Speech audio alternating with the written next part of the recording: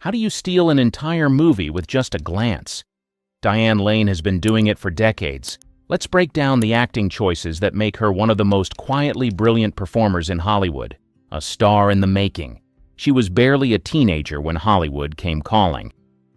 At 13, Diane Lane made her film debut in A Little Romance, 1979, starring opposite Laurence Olivier.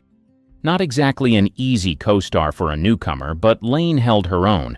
Olivier even called her the next Grace Kelly. That kind of praise could crush a young actor under pressure, but she handled it like a pro. The film's critical success led to a Time magazine cover, cementing her as a rising star. Lane had already built a solid foundation in acting before stepping onto a Hollywood set. She started on stage at 6, performing at the prestigious La Mama Experimental Theater Club in New York. Those early years gave her a level of experience and confidence that set her apart from other teenage actors trying to break into film. Unlike many young stars who stumbled into acting, Lane had already been refining her craft for years. By the early 80s, Francis Ford Coppola took notice. He cast her in The Outsiders and Rumblefish, both 1983, placing her alongside future A-listers like Tom Cruise, Patrick Swayze, and Matt Dillon. In The Outsiders, Lane played Cherry Valance, a rich girl with depth, standing out in a testosterone-heavy cast. Her ability to make even minor roles unforgettable was already obvious. Rumblefish pushed her further, offering a more stylized, edgy character. Coppola saw something in her, an actress with an old-school Hollywood presence and raw, natural talent. But not every early career move was golden. Six Pack, 1982, a Kenny Rogers-led family film, was forgettable. Lane, however, walked away unscathed. Critics consistently praised her performances, even when the movies around her didn't always shine. She had an undeniable screen presence, even in films that failed to make a lasting impression. Hollywood saw her potential, but her career trajectory was about to face unexpected turbulence. At just 18, Lane was navigating an industry that often chews up young talent. She had already worked with legendary directors and shared the screen with soon-to-be megastars. Navigating the industry. Hollywood has a short attention span. One moment, Diane Lane was the next big thing. The next, she was struggling with a string of underwhelming projects. Streets of Fire, 1984, had all the makings of a cult hit. Rock and roll, neon lights, and Lane as a tough but glamorous singer. But it bombed. Audiences didn't connect, and the box office numbers showed it. Critics were split, and what was meant to be a bold, genre-defying film faded into obscurity. At the same time, The Cotton Club, 1984, was supposed to be a prestige piece with Coppola at the helm. Instead, it turned into a mess of rewrites, funding issues, and behind-the-scenes chaos. The film didn't live up to its grand ambitions, and Lane, despite delivering a solid performance, found herself tied to yet another high-profile flop. Hollywood, always fickle, suddenly lost interest. The industry loves to hype young stars, but drops them just as fast when things don't go as planned. Lane could have scrambled for any role she could get. Instead, she stepped back. She turned down major parts, knowing that taking the wrong roles would only push her further down the wrong path. Few actors have the nerve to hit pause and reassess. She did, and that decision would pay off. During this break, she focused on refining her craft and avoiding the one-note characters Hollywood kept offering young actresses. She wasn't interested in being typecast. She wasn't about to become another forgotten name from the 80s. Her return came with Lady Beware, 1987, a psychological thriller where she played a woman terrorized by a stalker. The film didn't light up the box office, but it was a calculated move. The role gave her a chance to show emotional depth and maturity, a shift from her earlier teen parts. Critics took notice. The film itself didn't make waves, but Lane's performance did. This wasn't a comeback, it was a recalibration. And it was just the beginning of the next phase of her career. Stealing scenes. Hollywood loves a comeback, and Diane Lane made sure hers was impossible to ignore. In Lonesome Dove, 1989, she played Lorena Wood, a prostitute with a tragic arc. It was a TV miniseries, but that didn't matter. Her performance earned an Emmy nomination. That was the moment Hollywood took her seriously again. She wasn't just a former teen star trying to stay relevant. She was proving she had the range to hold her own against heavyweights in a genre dominated by larger-than-life characters. The 90s were a strategic masterclass in career moves. Chaplin, 1992, put her opposite Robert Downey Jr., playing Paulette Goddard, a Hollywood starlet with charm and ambition. Her role was brief but effective. She nailed that old Hollywood sophistication, the kind most modern actors struggle to capture. More importantly, she was landing roles in prestige films, standing shoulder to shoulder with A-listers. But Lane wasn't just here for the artsy, award-bait films.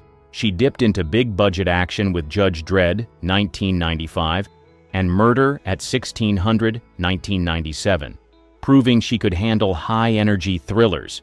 These weren't Oscar contenders, but they kept her name in the mix and showed she could do more than just drama. She wasn't waiting for Hollywood to decide what to do with her. She was making herself undeniable. Then came A Walk on the Moon, 1999. That was the game changer. Playing Pearl Kantrowitz, a restless housewife caught between security and desire, Lane delivered one of her most layered performances.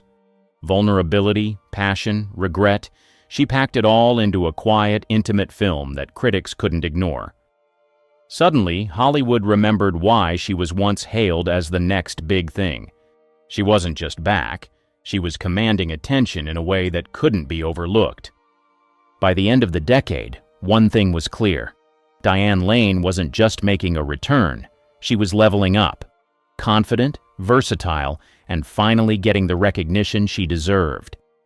Unfaithful, the defining performance, 2002. Some actors wait a lifetime for a role like this. Diane Lane got hers in Unfaithful, 2002. Playing a suburban wife tangled in a reckless affair, she delivered guilt, desire, and fear, sometimes all in a single look. The interrogation scene with Richard Gere, a masterclass in silent acting. No dramatic monologue, no screaming, just raw emotion breaking through her face, pulling the audience in.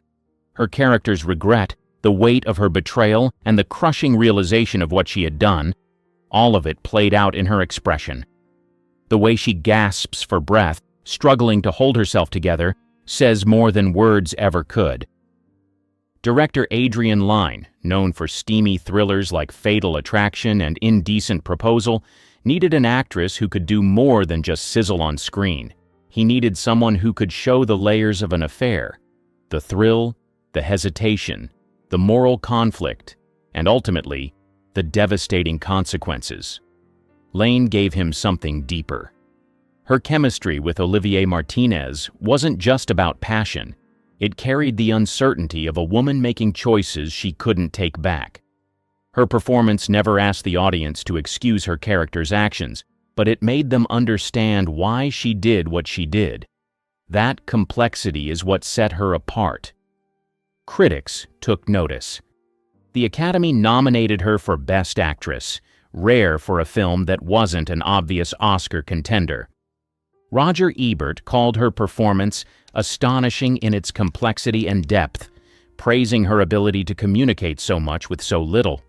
The film grossed $119 million worldwide, proving that adult dramas still had a place in a blockbuster-heavy era.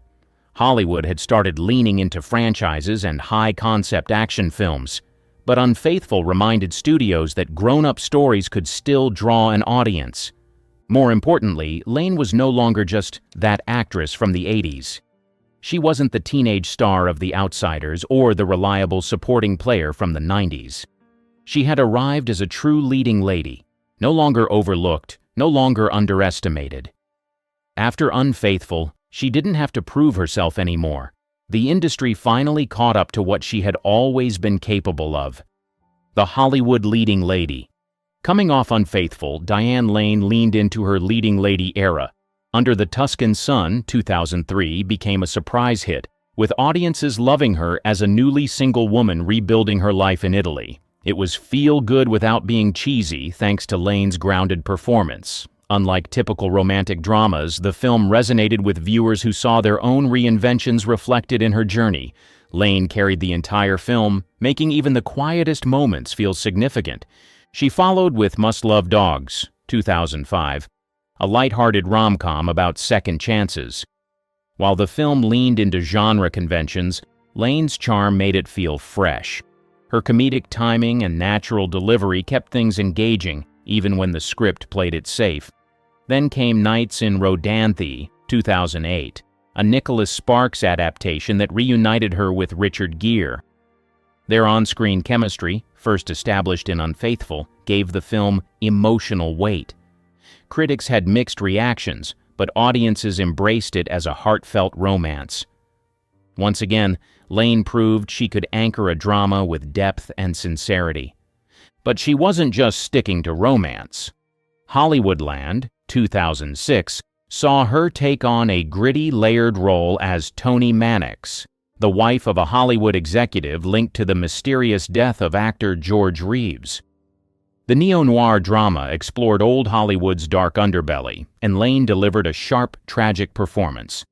As a woman caught between power and vulnerability, she brought complexity to every scene. While Ben Affleck and Adrien Brody led the film, Lane's presence left a lasting impact, proving she could take risks and step outside the romantic drama mold. This period in her career solidified her versatility. She wasn't just a romantic lead, she was a powerhouse performer. Whether playing a woman finding herself in Italy, navigating modern dating, or unraveling secrets in old Hollywood, she commanded attention. No matter the genre, her ability to bring emotional depth never wavered. Embracing mature roles. Hollywood loves to push women over 40 into the background. Diane Lane refused. She didn't fade away or take whatever scraps the industry tossed her way. She chose roles that mattered, proving talent trumps outdated industry rules. Secretariat, 2010, was a perfect example. Playing Penny Chenery, Lane took on a role that demanded both strength and vulnerability. Sports movies usually hype the athletes, but she made sure the film stayed focused on the woman who made history happen. She didn't play her as some fearless trailblazer with a chip on her shoulder. She played her as real, sharp, determined, and always carrying the weight of being the only woman in the room. The film did well, reminding studios that Lane could still lead a movie. Then came Cinema Verite, 2011, an HBO drama about an American family, the first ever reality TV series. This time, she was Pat Loud, a woman whose personal life unraveled in front of the entire country. Lane nailed the contradictions, grace under pressure, but also cracks forming beneath the surface. The way she shifted between control and collapse made the role unforgettable. That Emmy nomination? Well earned. Then, a plot twist, Man of Steel, 2013. Superhero movies weren't really her thing before, but she made Martha Kent count. Most superhero moms exist just to show up in a couple of scenes and say something vaguely supportive. Lane? She gave Martha a quiet toughness, making her one of the few real emotional anchors in the Man of Steel saga. Even in a CGI-heavy action film, her presence felt like home, stable, strong, and deeply human. By the mid-2000s teens, Lane wasn't just proving she could play different roles. She was proving she could own them. She didn't need to fight for relevance. She was already there. No forced reinventions, no desperate career pivots, just one great performance after another. Hollywood's age obsession? Not her problem. She was busy doing what she does best, acting circles around everyone else, mastering subtlety. Diane Lane doesn't need dramatic outbursts to command a scene. Her power comes from restraint. While some actors chase attention with grand monologues, she shifts an entire scene's mood with a glance, a pause, or the quiver of her voice. This subtlety made her unforgettable in Trumbo, 2015. As Cleo Trumbo, the wife of blacklisted screenwriter Dalton Trumbo, she wasn't just a supporting character, she was the film's emotional anchor. Bryan Cranston led the film, but Lane made Cleo a presence you couldn't ignore. She balanced warmth with quiet strength, showing the toll of her husband's battles without overplaying a single moment. Critics took note, praising her ability to give Cleo depth beyond what was on the page. In Paris Can Wait, 2016, she took a different route. The film wasn't a high-stakes drama or a star-studded blockbuster, yet Lane made it compelling. The story followed a woman on an impromptu road trip through France, discovering beauty in unexpected moments. It could have been forgettable, but her performance turned it into something deeper. She played curiosity, longing, and self-discovery with effortless grace, making audiences feel like they were on the journey with her. Without big emotional swings or heavy dialogue, she made even the quietest moments meaningful. Even in major productions, Lane's presence is undeniable. When she returned as Martha Kent in Zack Snyder's Justice League, 2021, she proved that a human character could carry as much emotional weight as any superhero. Her portrayal of Superman's mother was tender and grounded, offering warmth in a world dominated by action and spectacle. One of her standout moments came in a conversation with Lois Lane, simple, honest, and deeply affecting. In a film packed with high-stakes battles, Lane reminded audiences that the heart of the story still mattered. The power of motherhood roles. She never plays it safe. Let Him Go, 2020, was proof.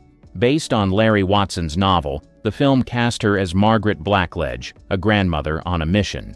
Lane's goal? Rescue her grandson from a dangerous family.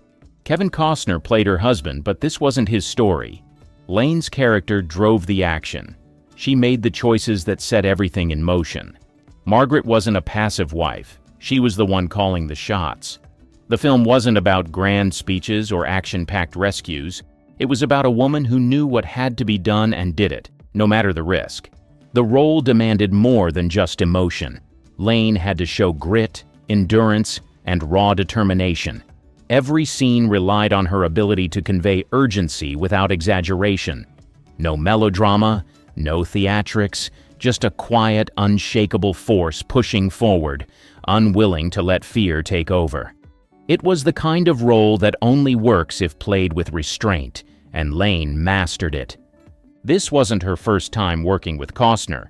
They had shared the screen in Man of Steel, 2013, and Batman v Superman, 2016. But this time, their dynamic shifted. Margaret wasn't just a loving mother figure. She was the driving force. She wasn't standing behind him. She was leading. The film's tension rested on Lane's performance. She balanced warmth with steel resolve. Margaret wasn't an action hero, but she didn't need to be. Her power came from something deeper: love, justice, and a refusal to back down. Hollywood doesn't always give motherhood roles this kind of depth. Too often they're predictable, one-note characters. Lane made sure Margaret wasn't. She played her with layers, soft yet unbreakable, caring but fierce. Critics took notice. Reviews praised how she turned what could have been a standard role into something unforgettable. Audiences felt the weight of every choice she made. Let Him Go wasn't just another thriller. It was a showcase of Lane's ability to take any role and make it something more. That's what she does. She doesn't just act, she transforms. Television and theater. Diane Lane's film career speaks for itself, but her move to television and theater proved her range. In 2018, she joined House of Cards, stepping into a political storm after Kevin Spacey's exit. As Annette Shepherd, she played the game differently. Measured, controlled, always 10 steps ahead. While the show's final season had mixed reviews, critics singled her out as a standout. This wasn't a reinvention. It was a reminder. Lane had already earned an Emmy nomination for Lonesome Dove, 1989, but House of Cards marked her real commitment to television. She followed it up with FX's The Last Man, 2021, playing President Jennifer Brown, a leader grappling with the sudden extinction of men. The show didn't last, but Lane's performance did. Beyond screens, the stage has always been her foundation. She started in New York's theater scene, performing at La Mama Experimental Theater Club before Hollywood came calling. That early training shaped her style, subtle, expressive, in total command of her space. She returned to Broadway in 2015 for The Mystery of Love and Sex, a drama that tackled identity and relationships. Critics praised her performance for its emotional depth. Theater strips away the safety net of multiple takes. It's raw, immediate, and demands presence. For someone like Lane, who thrives on nuance, it's the perfect showcase. Whether commanding a stage, leading a dystopian drama, or playing power games in Washington, she adapts with ease. That's why she's lasted. That's why she still stands out. The actress's actress. She never had to fight for attention. It always found her. Diane Lane didn't need tabloid drama or blockbuster gimmicks to stay relevant. Her talent did the talking. Lane isn't the kind of actress who takes roles for easy paychecks. She picks characters with depth, ones that demand more than just a pretty face. Every performance feels real, lived in, like she's been that person her whole life. Directors rave about her. Co-stars swear she makes everyone better just by being in the room. She doesn't need over-the-top monologues to own a scene. A glance, a sigh, a shift in posture. She says more with silence than most actors do with pages of dialogue. Hollywood loves to box actors in, but Lane never let that happen. She's been everything. Teen heartbreaker, leading lady, grieving mother, steely survivor. She slips into roles effortlessly, never repeating herself, never phoning it in. She's worked with legends. Coppola, Eastwood, Zack Snyder, the list goes on. Indie dramas, big-budget blockbusters, quiet character studies. She moves between them all without missing a beat.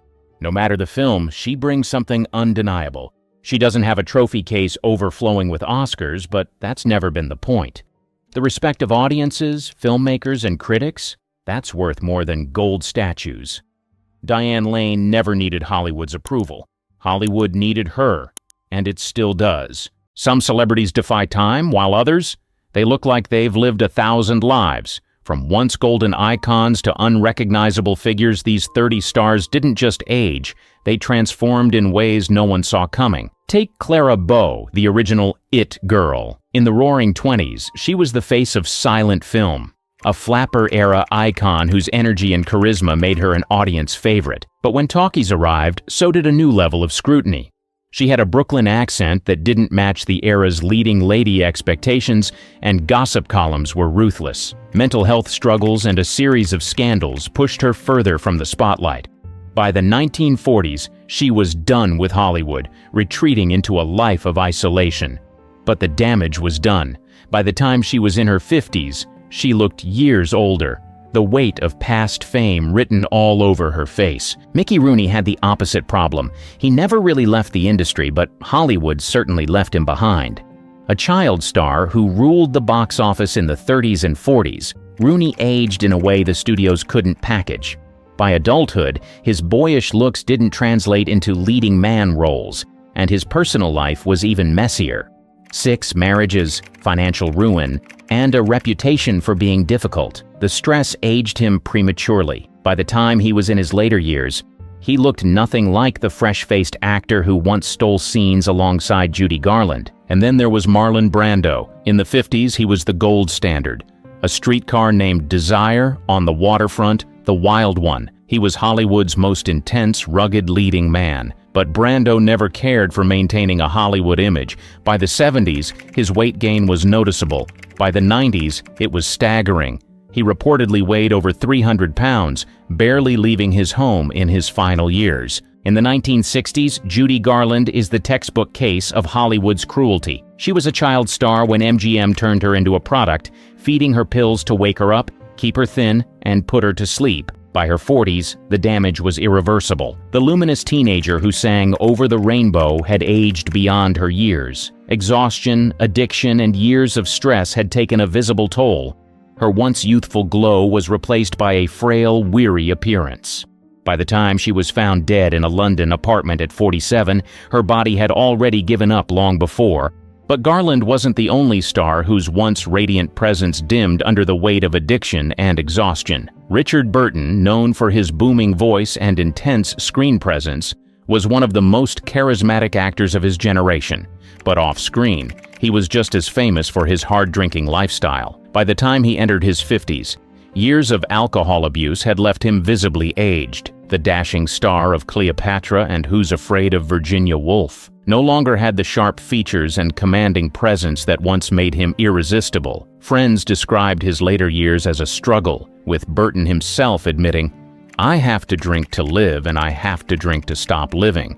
His once powerful frame grew gaunt, his face deeply lined, proof that decades of excess had finally caught up. Then there's Brigitte Bardot, a sex symbol who ruled the 60s with effortless beauty and undeniable charisma. But unlike many of her contemporaries, she chose to reject Hollywood's obsession with youth. By the time she stepped away from the spotlight, she had no interest in maintaining the illusion of eternal beauty. Wrinkles and aging didn't scare her, she embraced them. Instead of fighting time with surgery, she turned to activism, dedicating her later years to animal rights.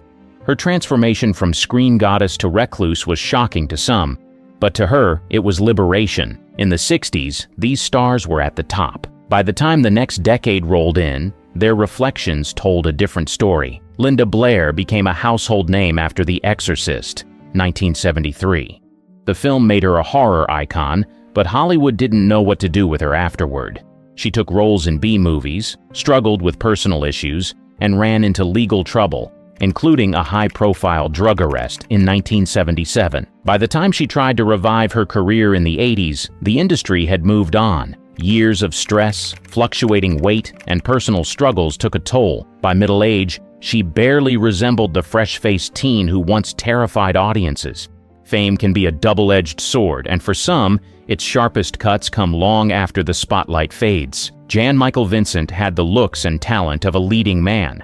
Hollywood saw him as the next Paul Newman, and with films like Big Wednesday, 1978, and the TV series Airwolf, 1984 to 1986, he had everything going for him, but he was his own worst enemy. Decades of alcohol abuse destroyed his career and his health. He was involved in multiple drunk driving accidents, with one in 1996 leaving him with severe nerve damage to his face. By his later years, he had lost a leg due to complications from an infection. The once dashing leading man was unrecognizable by the time he passed away in 2019.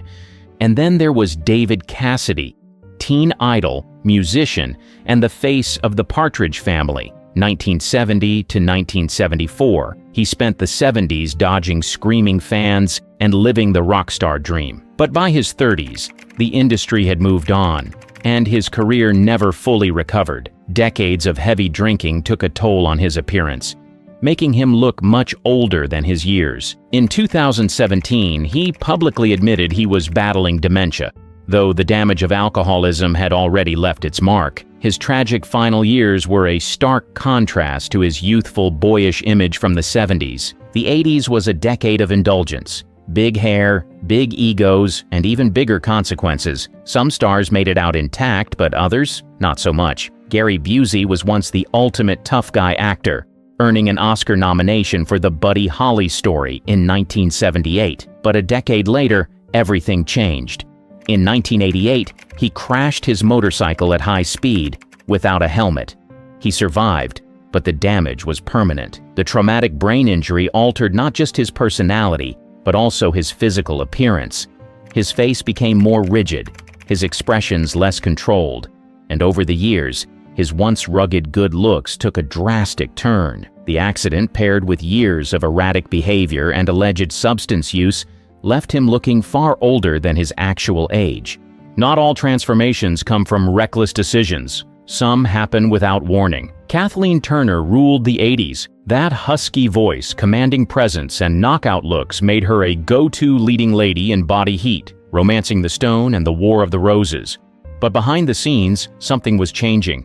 In the 90s, Turner was diagnosed with rheumatoid arthritis, a chronic autoimmune disease that attacks the joints, causing severe pain and swelling. The treatments were brutal. The medication, combined with the physical toll of the disease, altered her appearance in ways she couldn't control. By the early 2000s, fans were stunned. Her features had softened, her movements slowed, and the transformation was impossible to ignore.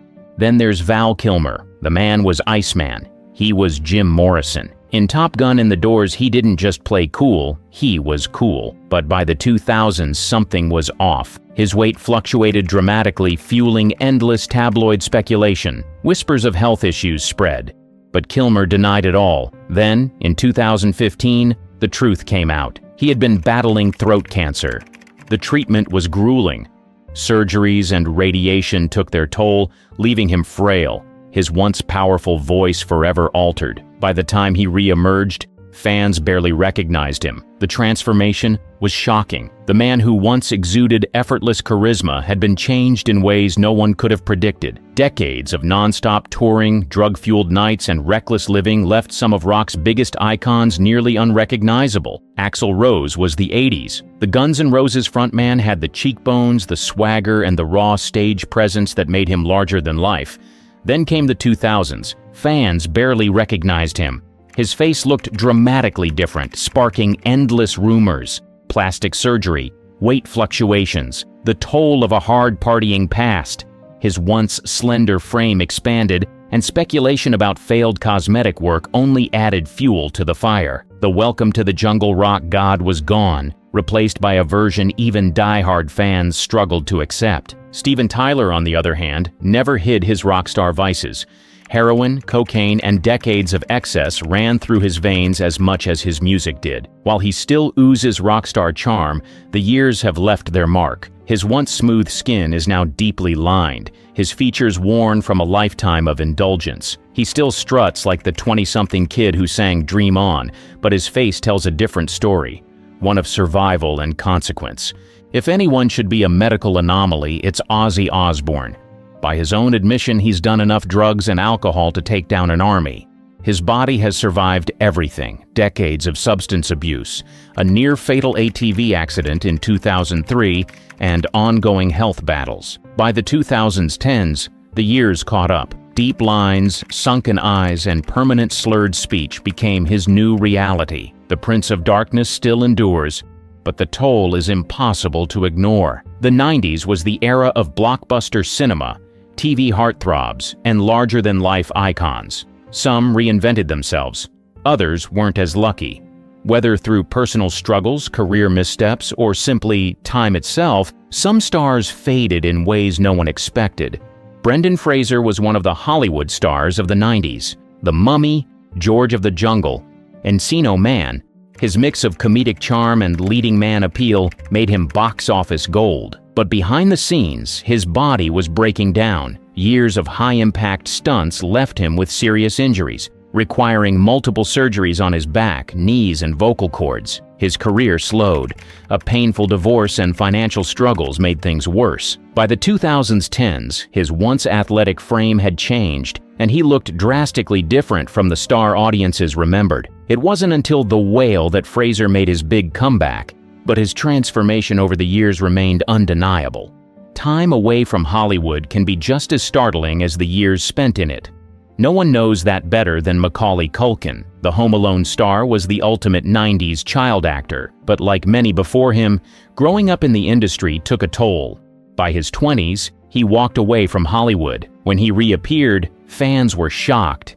He looked frail, gaunt, and much older than his years. Tabloids speculated about substance abuse, though he denied it. His disheveled appearance had people concerned, but in recent years he's turned things around. His 40s look healthier than his early 30s ever did. Some transformations feel even more dramatic when they happen to figures once seen as invincible. Just look at Mike Tyson. In his prime, he was an unstoppable force, a heavyweight champion who struck fear into opponents with sheer power and intimidation. But the years weren't kind. Brutal fights, legal troubles, and financial missteps wore him down. By the 2000s, deep lines, weight gain, and a tired look made him seem far older than his age. For professional athletes, time isn't a luxury. It's an opponent they can never truly defeat. The relentless physical toll, the pressures of fame, and the lifestyle that comes with it often accelerate aging. Some retire gracefully, others go through transformations so shocking, even their biggest fans barely recognize them. Wayne Rooney is a prime example of a superstar who aged well beyond his years. He burst onto the scene as a teenager, England's golden boy, and a powerhouse forward with a relentless playing style. But by his late 20s, his body seemed to betray him. The years of carrying Manchester United and the England national team took a visible toll. His hair loss became a major talking point, leading to multiple transplants. While many footballers stay youthful into their 30s, Rooney's rugged, battle-worn look made him seem far older than his actual age. Basketball isn't any easier on the body. Shawn Kemp was a force in the NBA, a 6-time All-Star with explosive dunks and freakish athleticism. In the 90s, his lean, chiseled frame made him unstoppable with the Seattle Supersonics. But after retirement, things changed fast. Kemp's weight skyrocketed to over 300 pounds, a stark contrast to his high-flying prime. While plenty of athletes struggle to stay in peak shape post-career, his transformation was particularly shocking for fans who remembered him at his best. Then there's Diego Maradona, a legend who burned bright but paid the ultimate price for excess. The Argentine icon was worshipped for his dazzling footwork and the infamous Hand of God goal. On the pitch, he was untouchable. Off it, chaos, post-retirement, drug addiction, weight gain, and severe health issues took over. By the time of his passing in 2020, he was nearly unrecognizable from his World Cup glory days. Hospitalizations, scandals, and struggles with addiction painted a tragic picture of what happens when the body and mind can't keep up with the legend. Hollywood demands perfection, but aging is inevitable. Some embrace it, others fight it, and when plastic surgery goes wrong, the results are irreversible and often shocking. Mickey Rourke was once one of the most ruggedly handsome actors of his generation, a heartthrob in films like 9½ Weeks and Angel Heart. But after stepping away from acting to pursue professional boxing, his face took a beating, literally. Multiple injuries led him to undergo reconstructive surgeries, but the results were far from what he expected. His once chiseled jawline became distorted, and his features appeared unnatural. Over the years, he admitted to making mistakes with surgery, saying, "Most of it was to mend the mess of my boxing injuries, but I went to the wrong guy to fix my face." Fans were stunned by his drastic transformation, with some barely recognizing him when he returned to Hollywood in the 2000s. If there's one name that comes up in almost every discussion about botched plastic surgery, it's Donatella Versace. The iconic designer is known for her luxury fashion empire, but her face has been a major topic of speculation for decades.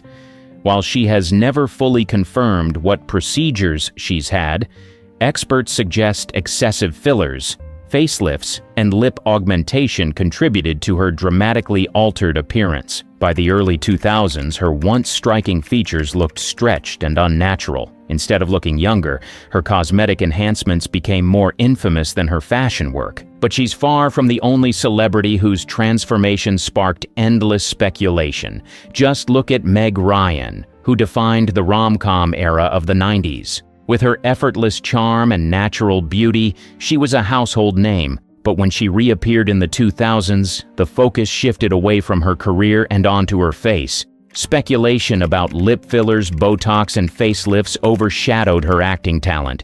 Fans who had adored her in When Harry Met Sally and Sleepless in Seattle were shocked at how different she looked. While she's never confirmed details about the procedures, her transformation became one of the most widely discussed in Hollywood history. With constant public scrutiny and high-pressure lifestyles, many turned to drastic measures to keep up appearances. But time, bad decisions, and questionable procedures often had the opposite effect. Sharon Osbourne has never been shy about her plastic surgery. Over the years, she's been open about facelifts, Botox, and other cosmetic enhancements. But even she admitted when things went too far. After a facelift in 2021, she looked at herself and thought, "I looked like one of those fucking mummies." The work left her face distorted, and she eventually had some of it corrected. The relentless pursuit of perfection has led many down a path of drastic change, and Janice Dickinson was no exception. She made a name for herself as the world's first supermodel, but in later years her appearance became more about plastic surgery than high fashion. At her peak, she was one of the most striking women in the industry, but the chase for eternal youth led to years of extreme procedures, facelifts, Botox, fillers, and more. By the time she was judging America's Next Top Model, her exaggerated look had become a talking point. In recent years, she's been more accepting of aging, But there was a period when her obsession with surgery overshadowed her legacy. Not all dramatic transformations stem from Hollywood's beauty standards. Sometimes they happen in the most unexpected corners of entertainment. Scott Thompson, better known as Carrot Top, was once a quirky, red-headed comedian with a signature wild-haired look. But when he transitioned to a long-term Las Vegas residency, something changed. Fans started noticing his face looked completely different. Rumors swirled about Botox, fillers, and even plastic surgery, though he's denied most of it. The combination of aging, dramatic muscle gain, and possible cosmetic work made him almost unrecognizable. Whether intentional or not, Carrot Top's transformation became one of the most shocking among entertainers. Money, power, and influence can buy a lot, but they can't stop time or erase the effects of self-destruction. And few stars embodied that downfall quite like Charlie Sheen, who wasn't just a TV star. He was a phenomenon. In the 2000s, he became the highest-paid actor on television, pulling in nearly $1.8 million per episode for 2.5 Men. But behind the scenes, things were unraveling fast. His well-documented battles with substance abuse, public feuds, and a chaotic personal life took a serious toll. By his infamous 2011 meltdown, where he coined the phrase winning while clearly doing the opposite, his appearance had changed drastically. The once sharp features and youthful energy were gone, replaced by a visibly aged, gaunt look. Years of hard living had caught up, and even after stepping out of the spotlight, the damage was done. Self-destruction in Hollywood doesn't discriminate by age, and few stars proved that more than Lindsay Lohan, who was once the industry's undeniable it girl. The success of The Parent Trap, Mean Girls, and Freaky Friday made her one of the most in-demand young actresses of the 2000s. But by the time she hit her early 20s, she was more famous for DUIs and court appearances than films. Endless nights of partying, mugshots, and multiple stints in rehab visibly aged her beyond her years. By the time she attempted a career comeback in her late 20s, she looked significantly older than her peers. While she has since cleaned up her image, the toll of those reckless years remains visible. Few actors held on to their mystique as well as Johnny Depp, until they didn't. For years, he was the face of quirky, rebellious Hollywood cool, whether in Pirates of the Caribbean, Edward Scissorhands, or Sweeney Todd.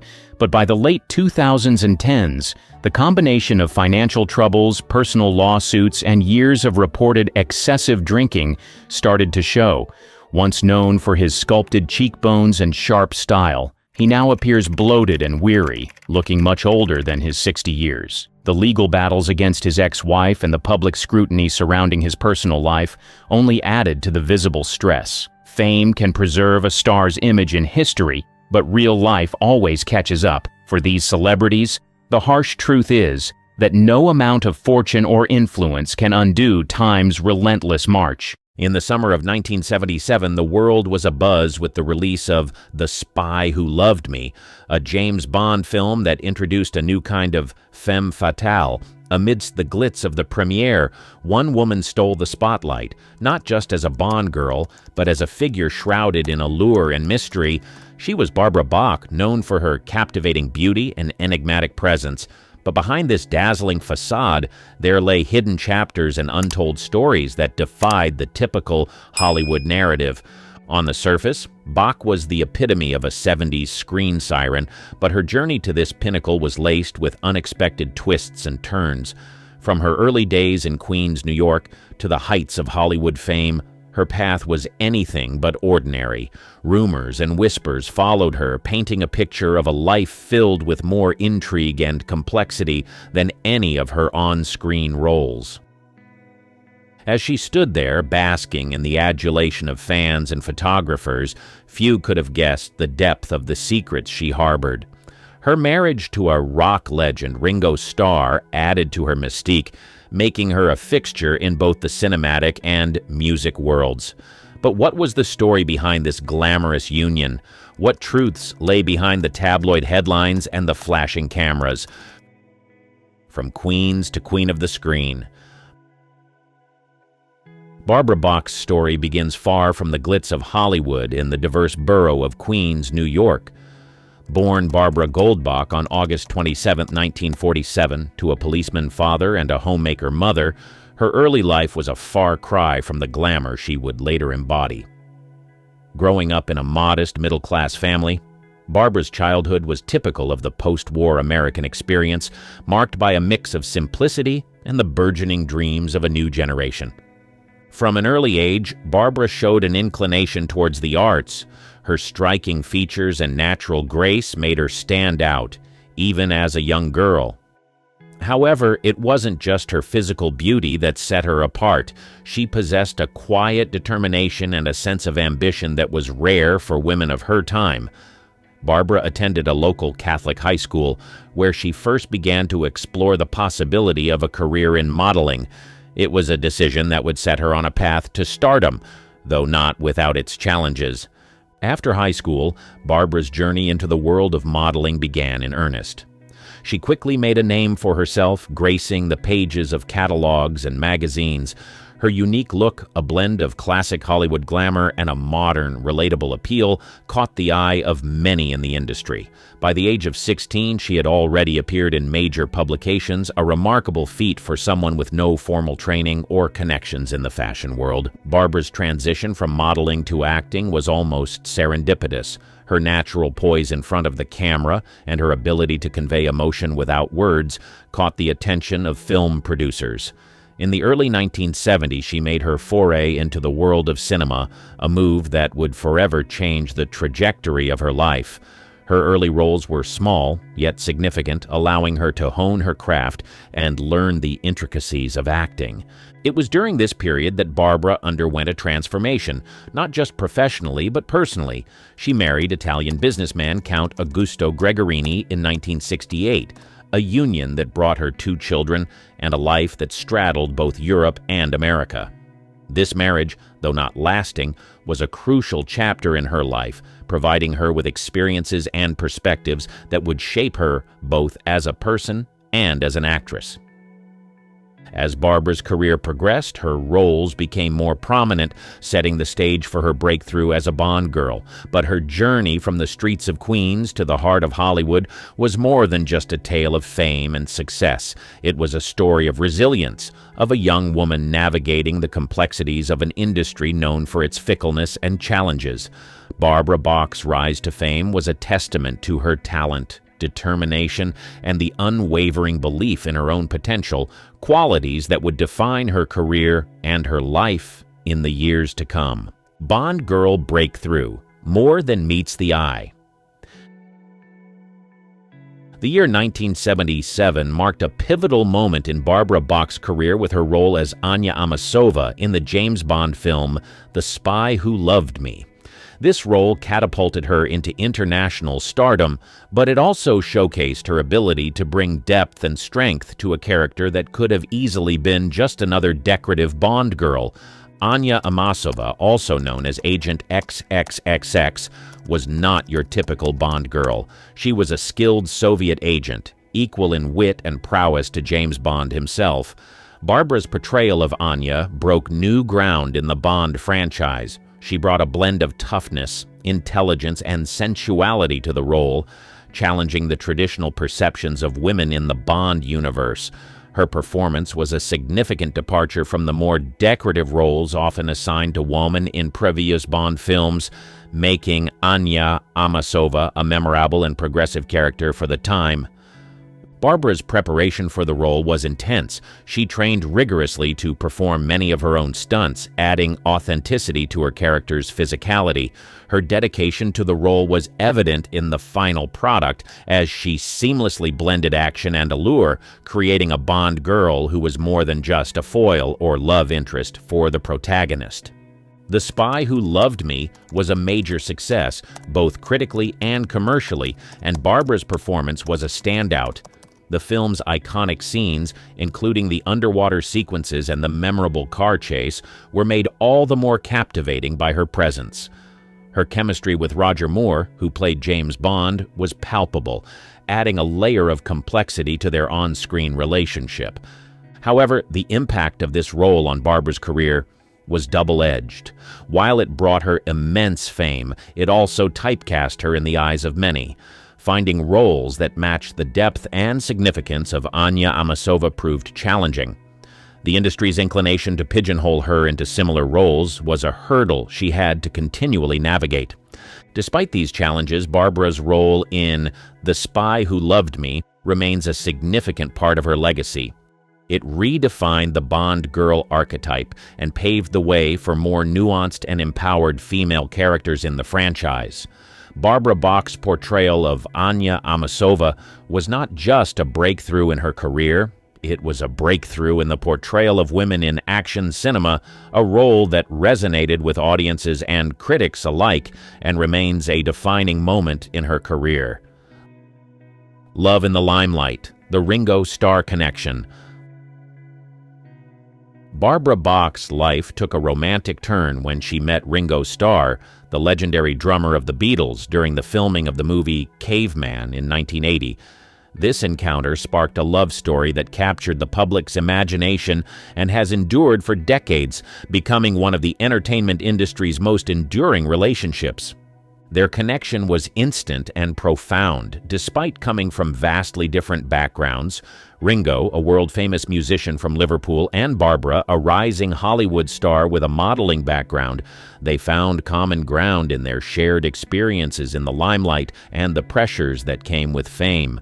Their romance blossomed amidst the backdrop of the film's production, a prehistoric comedy that saw them both stepping out of their comfort zones.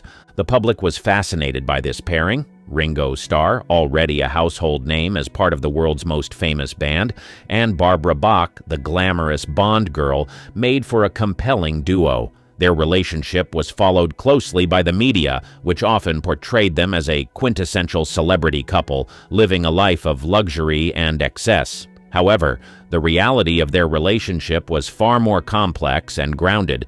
Barbara and Ringo's bond was tested and strengthened by their individual and shared struggles. Both had faced the challenges of fame and the personal issues that often accompany a life in the public eye. They supported each other through these trials, including Ringo's well-documented battle with alcoholism. Barbara played a significant role in his recovery, and together they embarked on a journey of sobriety that further solidified their relationship. Their marriage in 1981 was a testament to their deep connection. It was not just a union of two celebrities, but a partnership based on mutual respect, understanding, and love. They navigated the ups and downs of life together, maintaining a strong bond that has lasted for over 4 decades. Barbara's relationship with Ringo Starr added a new dimension to her public persona. She became known not just for her work in film and modeling, but also as part of a celebrity couple that has stood the test of time. Their relationship has been a source of fascination and admiration, a rare Hollywood love story that has endured far beyond the usual lifespan of celebrity romances. The story of Barbara Bach and Ringo Starr is more than just a tale of celebrity romance. It is a narrative of resilience, support, and enduring love, a reminder that even in the unpredictable world of fame, genuine connections and lasting relationships are possible. Their journey together continues to captivate and inspire, a testament to the power of love in the face of the ever-changing tides of fame and fortune. The mystery of the missing screen siren. After her rise to fame and her high-profile marriage, Barbara Bach's presence in the Hollywood scene began to wane, leading many to wonder about the sudden retreat of this once ubiquitous screen siren. Her gradual disappearance from the public eye in the late 1980s and 1990s was a source of curiosity and speculation. Following her success in The Spy Who Loved Me and a string of other films, Barbara's acting career slowed down. This shift was not due to a lack of talent or opportunities, but rather a conscious choice. She began to prioritize her personal life over her career, focusing on her family and her marriage to Ringo Starr. This decision was a stark contrast to the typical Hollywood narrative, where careers often take precedence over personal life. Barbara's retreat from the limelight was also influenced by her desire for a more normal life, away from the constant scrutiny and pressure of fame. She and Ringo sought a quieter existence, one that allowed them to focus on their relationship and personal growth. This period saw Barbara stepping away from acting and public appearances, choosing instead to live a life away from the cameras. The lack of public information and her absence from the entertainment industry fueled rumors and speculation. Some speculated about possible career troubles or personal issues, while others wondered if she had left the industry for good. However, the truth was far less sensational. Barbara was simply taking a step back to focus on what mattered most to her, her family and personal well-being. During this time, Barbara also explored other interests and passions. She became involved in various charitable endeavors, particularly those related to addiction recovery and mental health, drawing on her and Ringo's experiences. This work, though less publicized, was a significant part of her life during this period. The mystery of Barbara Bach's retreat from Hollywood is not a tale of downfall or disappearance, but a story of choice and prioritization. It reflects a decision to value personal fulfillment over public acclaim, a choice that is both rare and commendable in the celebrity world.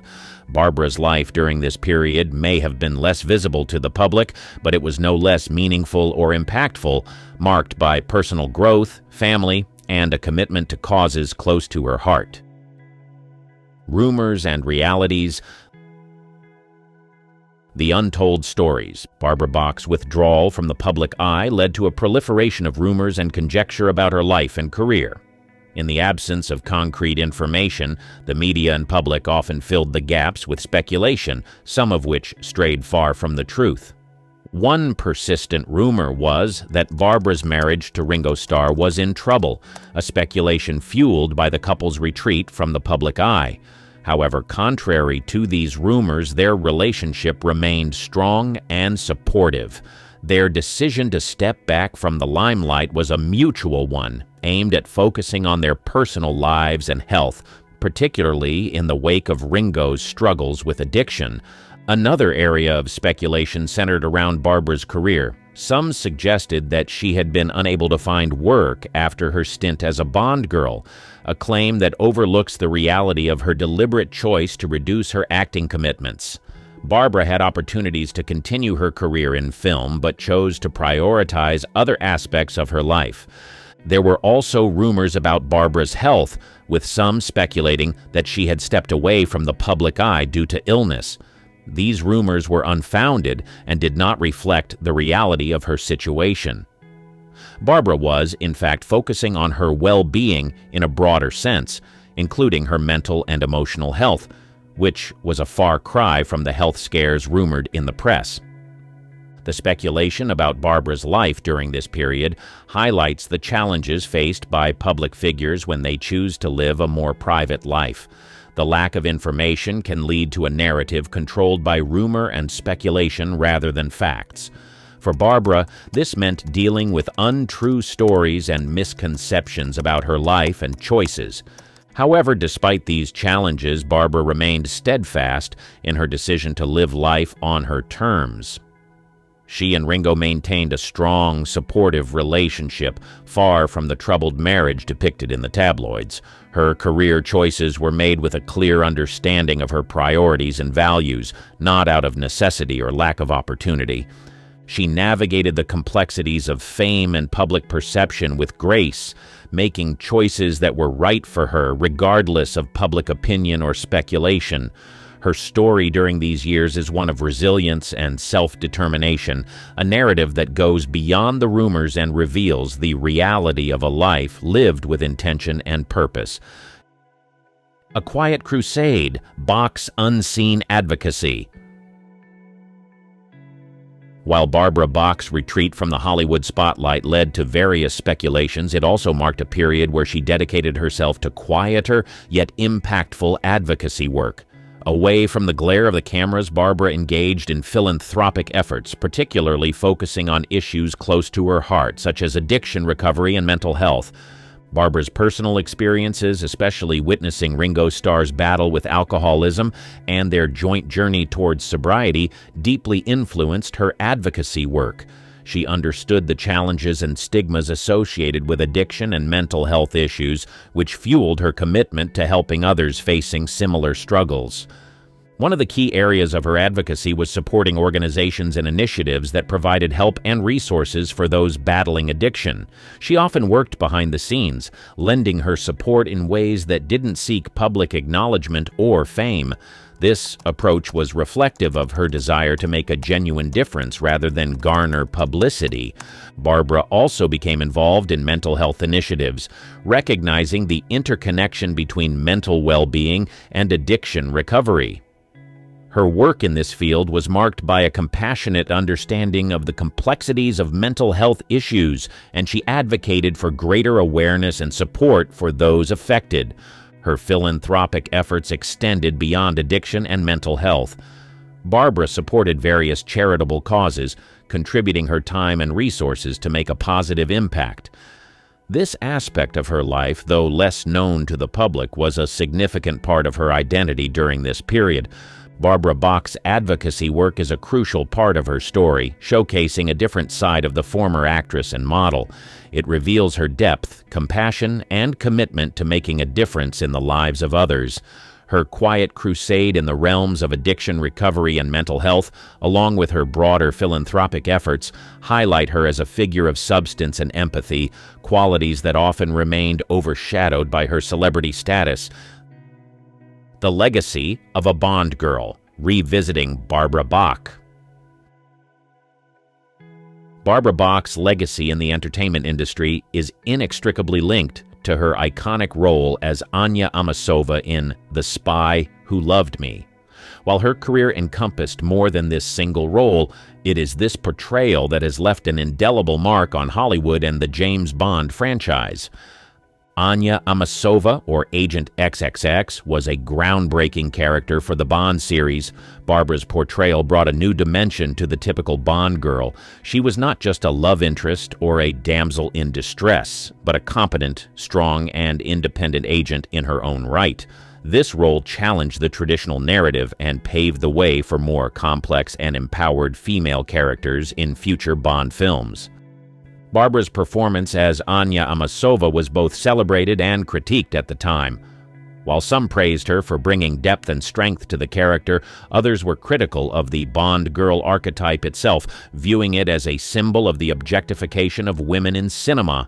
However, Barbara's portrayal stood out for its balance of intelligence, physical prowess, and sensuality, making Anya a memorable and respected character in the Bond universe.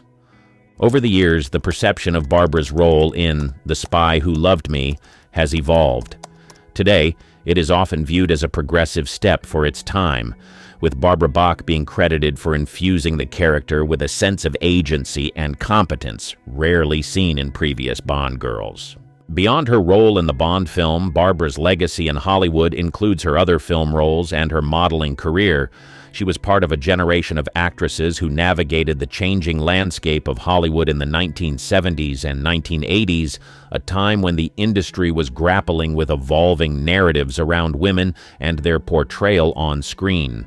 In retrospect, Barbara Bach's impact on the film industry extends beyond her on-screen appearances. Her decision to step away from the limelight and focus on her personal life and advocacy work speaks to a broader narrative about the choices and challenges faced by women in Hollywood. It highlights the often difficult balance between professional success and personal fulfillment. Where is Barbara now? Unveiling the present. The question of where is Barbara Bach now resonates with those who remember her as the glamorous Bond girl and the actress who graced the silver screen with her presence. In recent years, Barbara has maintained a low profile, leading many to wonder about her current life and activities. Today, Barbara Bach is far from the Hollywood spotlight, living a life that prioritizes personal fulfillment over public visibility. She continues to share her life with Ringo Starr, with their marriage being one of the longest-lasting unions in the entertainment industry. Their relationship, which began amidst the glitz of Hollywood, has evolved into a deep and enduring partnership. Barbara's current life is characterized by a focus on family, personal well-being, and continued involvement in philanthropic causes. She remains dedicated to her advocacy work, particularly in the areas of addiction, recovery, and mental health, drawing on her and Ringo's personal experiences to contribute positively to these causes. While she has stepped away from acting, Barbara's influence and legacy in the film industry remain significant. Her portrayal of Anya Amasova in The Spy Who Loved Me continues to be celebrated as a pivotal moment in the evolution of female characters in the James Bond series and in Hollywood at large. Barbara's decision to lead a more private life has not diminished the public's fascination with her. She occasionally makes appearances at events, often related to her philanthropic work or supporting Ringo in his musical endeavors. These rare public appearances are a reminder of her enduring presence and the interest she still commands. In many ways, Barbara Bach's current life is a testament to her ability to navigate the complexities of fame and personal choice. She has successfully balanced her public persona with a private life that is rich in personal relationships and meaningful work. Her journey from a celebrated actress to a dedicated advocate and private individual offers a unique narrative about the choices and paths available to those in the public eye. Hollywood has seen many stars, but there are some that are just unforgettable.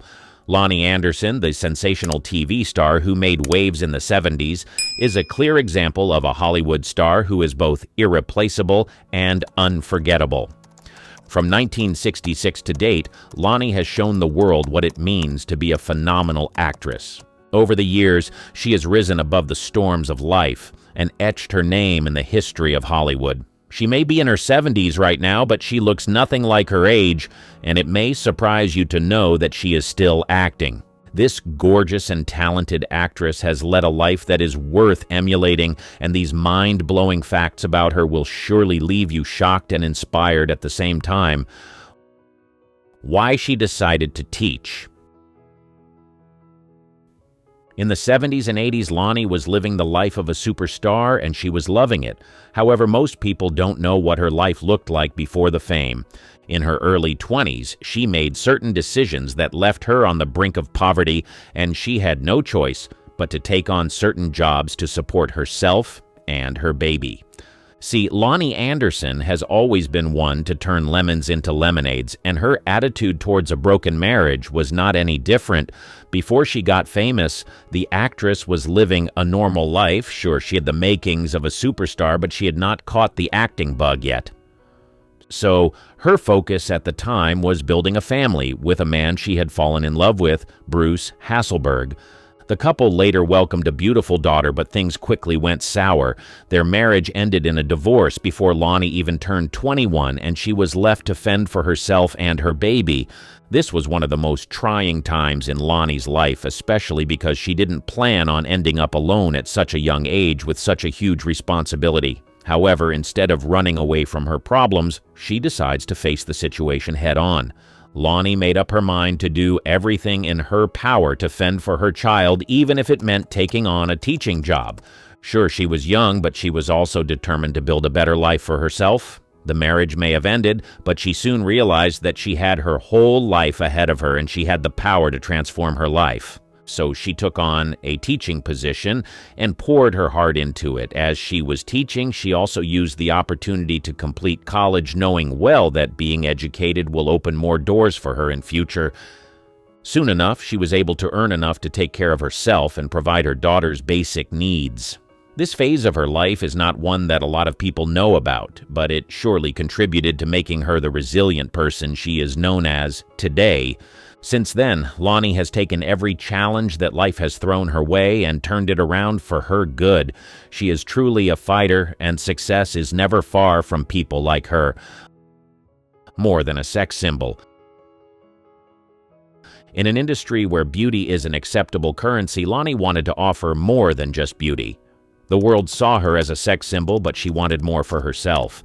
There is no denying that Lonnie Anderson was on top of the world in the peak years of her career, and her looks contributed greatly to her success. Her timeless beauty possessed an ethereal allure with her cascading golden locks, sparkling azure eyes that mirrored the vast skies of admiration, and a captivating smile that could light up the darkest rooms.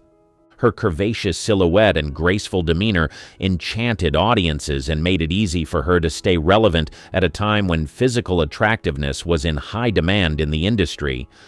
When her star began to rise, people fell in love with her for a lot of reasons. Some loved her acting skills, while others fell in love with her looks.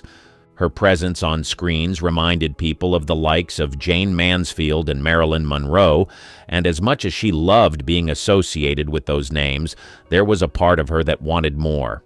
Being seen as a sex symbol got her a lot of fame and attention, but she knew that she had more to offer, so she decided to do everything in her power to show her fans that her skills were mind-blowing. As her career progressed, she started working towards becoming a more versatile actress and being loved for more than just her physical looks. With every role she took on, she strategically showcased her diverse skills and made career decisions that allowed her to show the world what she was capable of. Unlike a lot of actresses who were not able to break free from the sex symbol tag, Lonnie strategically worked on her career until people began to see beyond her looks and endowed body. These days, when her name is mentioned in a room, people remember her as the phenomenal actress who embodied diverse roles and gave her fans performances they will never forget. It is impossible to refer to her as just a sex symbol because she has made it clear to the world that she is way more than that. She is a versatile actress who can transform herself into different characters in different genres. From drama to comedy and many more genres, Lonnie Anderson has been unstoppable over the years. You would agree that it takes a certain level of stubbornness and persistence for a celebrity to change the image that people have of them. Lonnie Anderson stopped at nothing till she became the actress that she dreamed of becoming, and her tenacity inspires several women till date. Bold advocate.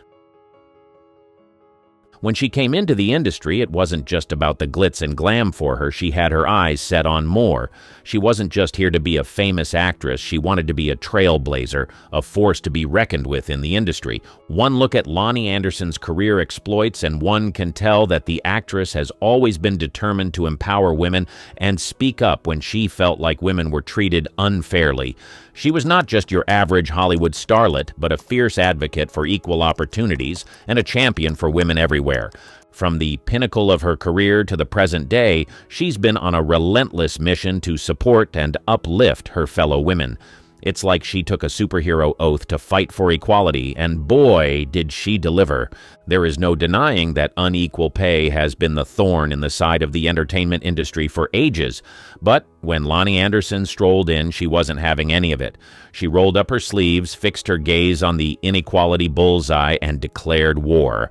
Lonnie became a trailblazer in demanding equal pay, making waves as one of the first female celebs to throw down the gauntlet on WKRP in Cincinnati. In a world where the pay gap was as wide as the Grand Canyon, Lonnie stood tall and said, "Enough is enough." But she didn't just stop at demanding equal pay. She became a beacon of empowerment for women everywhere. Her actions echoed louder than any script she ever delivered. Lonnie Anderson wasn't just another actress. She was a fierce advocate for change, a catalyst for a shift in the status quo. Fast forward to today, and Lonnie's legacy is etched in the annals of Hollywood. She's not just a name on the Walk of Fame, she's a symbol of resilience, a reminder that one person can spark a revolution. In a world where inequality still rears its ugly head, Lonnie Anderson, her life shows what happens when a woman possesses the power of determination, when a woman refuses to let the spotlight dim the fire within her. She raises awareness for cancer research and COPD. If there is someone who believes that her voice makes a difference, it's Lonnie Anderson. Over the years, the actress has spoken boldly and supported causes that matter to her regardless of what people have said. Clearly, there's so much more to this lady than meets the eye. Not many people know this about the actress, but Lonnie, the powerhouse herself, boldly stepped into the ring against breast cancer, and she beat it. Yep, she didn't just beat it, she gave it a knockout punch. But instead of just sipping margaritas by the beach after her victory, she decided to dive headfirst into the world of advocacy. This incredible woman raised her voice like a rock star for cancer research. She became a beacon of hope, shining a light on the importance of awareness. And let's not forget the cold, hard cash needed to fund the research that can save lives. She selflessly donated to this cause. She would have easily used the money to acquire luxurious items for herself, just like a lot of celebrities do, but she decided that it was better to put her funds into a project that would better the lives of others and help people that have cancer. Knowing that she was contributing to cancer research gave her a sense of fulfillment and purpose.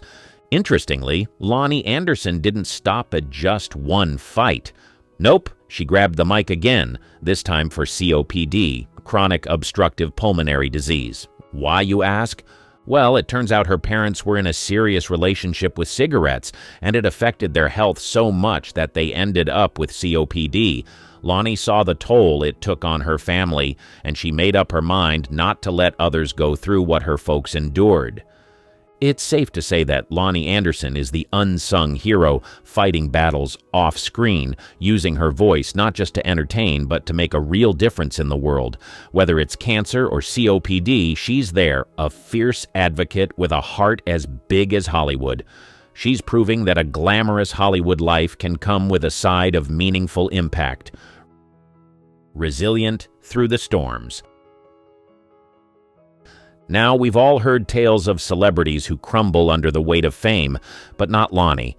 She's got a determination and perseverance that could give anyone in the entertainment industry a run for their money.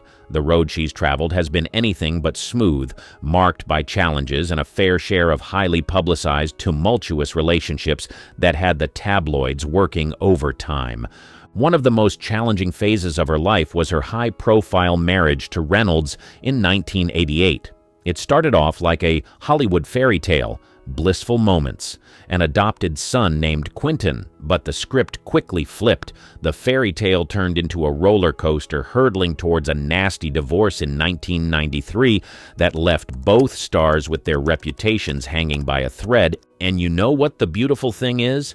Despite the relentless scrutiny and public fallout, Lonnie Anderson didn't crumble. Nope, not her. She found a way to rise above it all, navigating through the stormy seas of tabloid chaos with an admirable grace. Imagine the headlines, the whispers, the judgment. It's enough to shake anyone to their core, but not Lonnie. She stood tall, weathering the storms of tumultuous marriages and personal problems with a resilience that's truly awe-inspiring. Her career may have faced some turbulence along the way, but she emerged from the chaos with her spirit unbroken.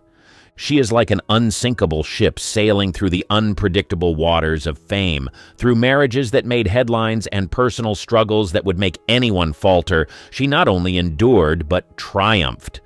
In a town where the spotlight can burn, Lonnie's resilience shines like a beacon, proving that sometimes the most beautiful stars are the ones that withstand the toughest storms.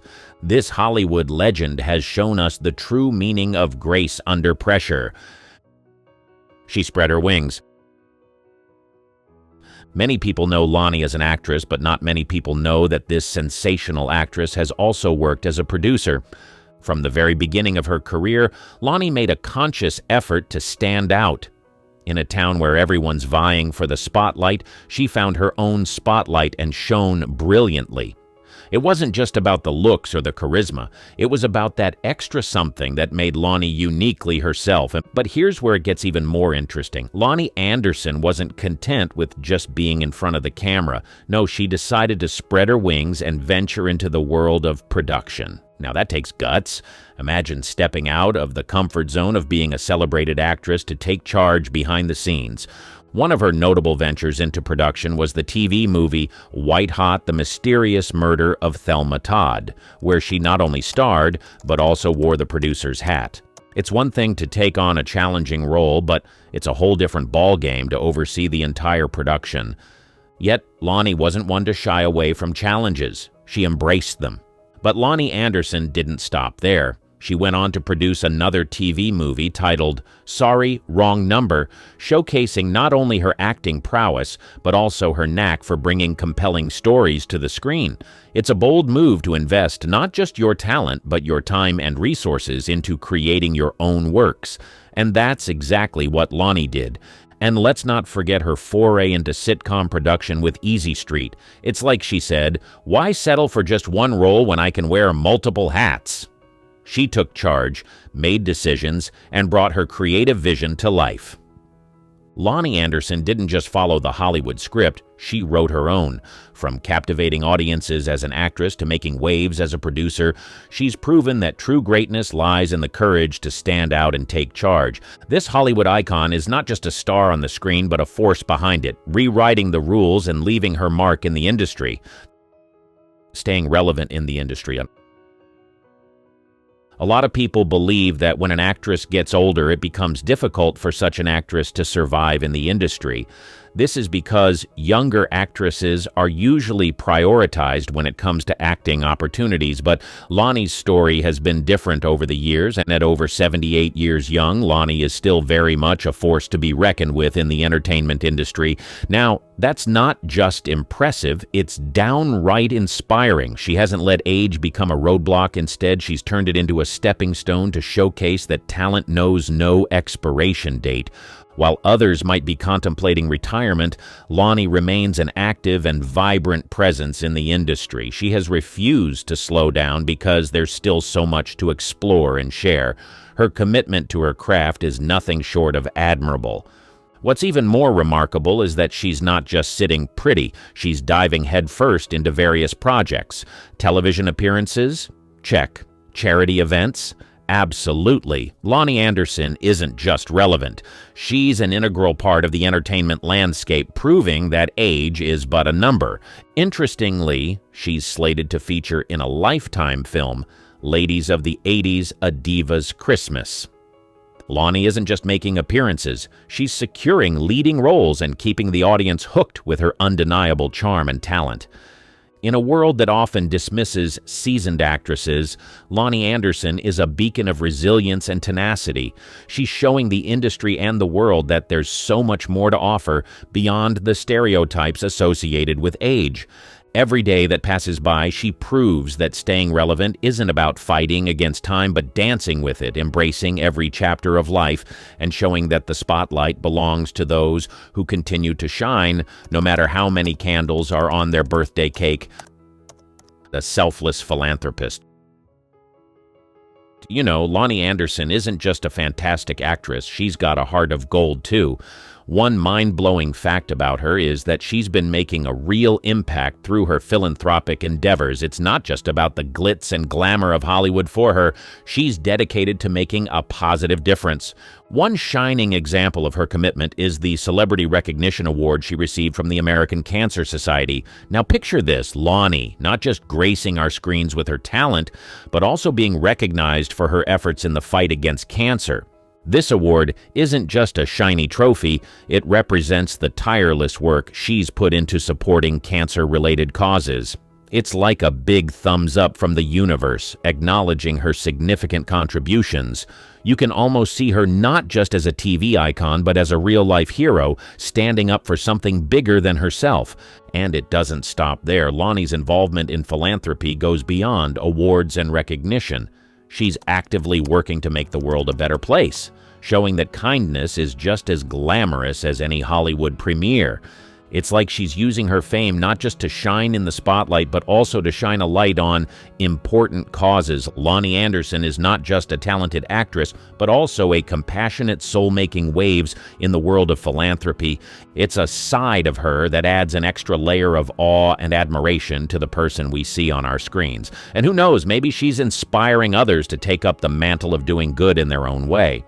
Lonnie is not just entertaining us, but also for making the world a better place, one award and one act of kindness at a time. She was honored in a special way. In 1986, Lonnie Anderson, the actress we all know and love, got the Hollywood treatment. No, not another blockbuster movie. Something even more iconic. She got her very own star on the Hollywood Walk of Fame. Now, imagine strolling down that legendary sidewalk, surrounded by the glitz and glamour of Tinseltown. As you walk, you spot Lonnie's star shining brightly among the countless others. It's like a glittering constellation in the concrete jungle of Hollywood, and she earned her place there. This prestigious honor showed her outstanding contributions to the entertainment industry. It's not just about being a talented actress, it's about leaving an indelible mark that stands the test of time, and Lonnie did just that. So that star isn't just a piece of sidewalk bling, it's a symbol of a career that's captured our hearts and stood out in the vast landscape of showbiz. It's like a permanent applause for all those unforgettable moments she shared with us on screen. Getting a star on the Hollywood Walk of Fame is like etching your name in the history of Hollywood, and Lonnie Anderson did it in style. Her career has spanned for over 7 decades. Imagine the entertainment industry as a glamorous, high-stakes arena where dreams are chased and hearts are broken. Many aspire to enter, but only a few make it through the audition room, and even fewer manage to stay relevant for decades. Lonnie Anderson? Well, she's one of those few who not only entered the scene, but left a remarkable legacy, carving a path that's lasted over 7 decades. To survive and thrive in the entertainment industry is like navigating a roller coaster of highs and lows, and Lonnie's career is the embodiment of this wild ride.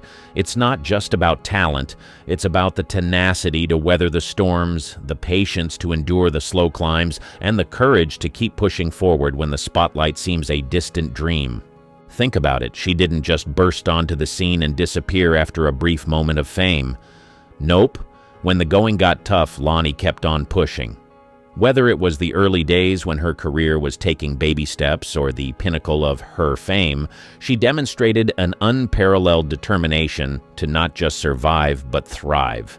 And here's the beauty of it, she didn't just rest on her laurels once she hit the big time. Instead, she used her newfound fame to develop the skills and character traits necessary to sustain her position in the industry. It's like she turned every challenge into an opportunity for growth, evolving with the industry and staying relevant through the ever-changing tides of showbiz.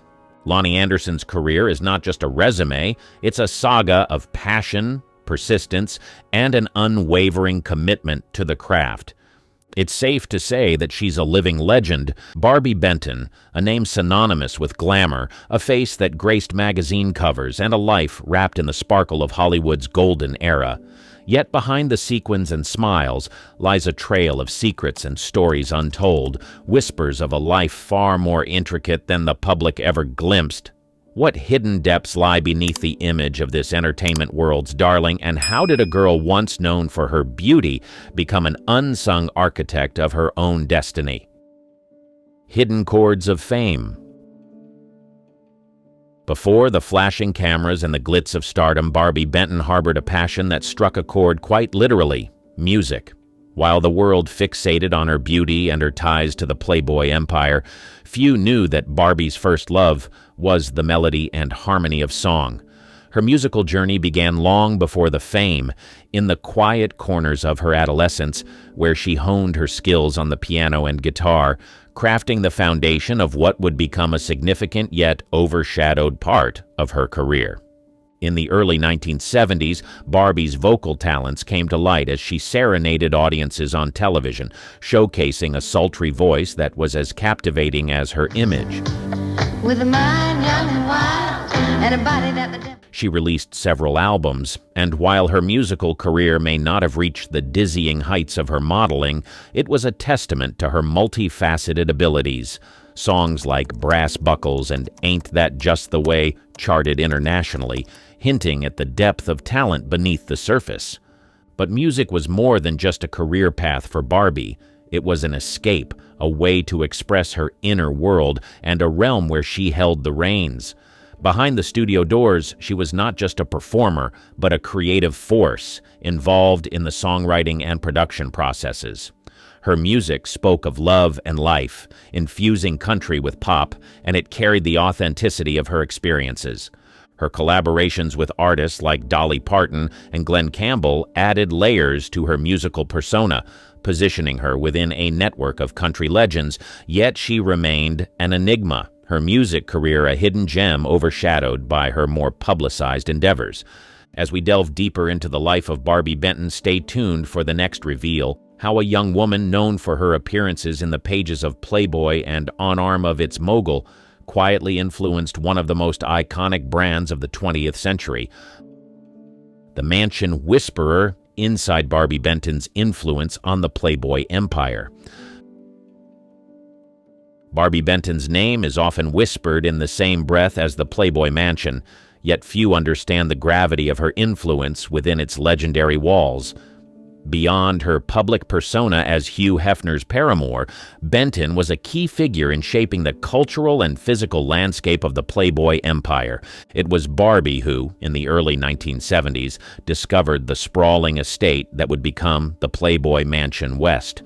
Her keen eye for design and architecture played a crucial role in its transformation into a symbol of luxury and hedonism. But her influence didn't stop at mere aesthetics. She left an indelible mark on the ethos of the brand.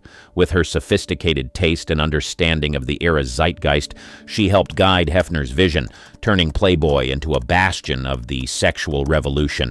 Her involvement in the mansion's legendary events is part of the untold tapestry of her life. Benton didn't just attend these extravagant gatherings. She helped orchestrate them, ensuring that each party was more than just a night of revelry but an event that encapsulated the spirit of an era. From the grotto to the game room, her touches are evident, though seldom credited. Yet, there's a side to this story that remains shrouded in mystery. While the world saw the mansion as a pleasure palace, for Barbie, it was a complex network of relationships and power dynamics. Her time there was a balancing act of personal and public life, one that required a deep understanding of the intricacies of fame, fortune, and influence. Screen Siren Stories: Barbie Benton's Ventures Beyond the Velvet Rope. Barbie Benton's acting career is a patchwork of roles that offer a glimpse into her versatility as a performer. In 1970, she stepped onto the acting stage, not as Hugh Hefner's girlfriend, but as a fresh face on Hee Haw, where her comedic aptitude quickly became apparent. Barbie's ability to light up the room with her humor and charm marked the beginning of her journey as an actress, not just a model. Her transition to the screen included appearances on popular shows like The Love Boat in 1977 and Fantasy Island in 1981, where she showcased her adaptability and dramatic flair. Each character she portrayed was a deliberate step away from her Playboy image, a testament to her pursuit of diversity and challenging roles. In Hospital Massacre, 1982, Benton tackled a rare leading role, navigating the horror genre with a performance that highlighted her range beyond the expectations set by her modeling career. Despite her efforts, the roles offered to Barbie often reflected the industry's typecasting, an obstacle she met with resilience, selecting parts that allowed her to explore different facets of her talent.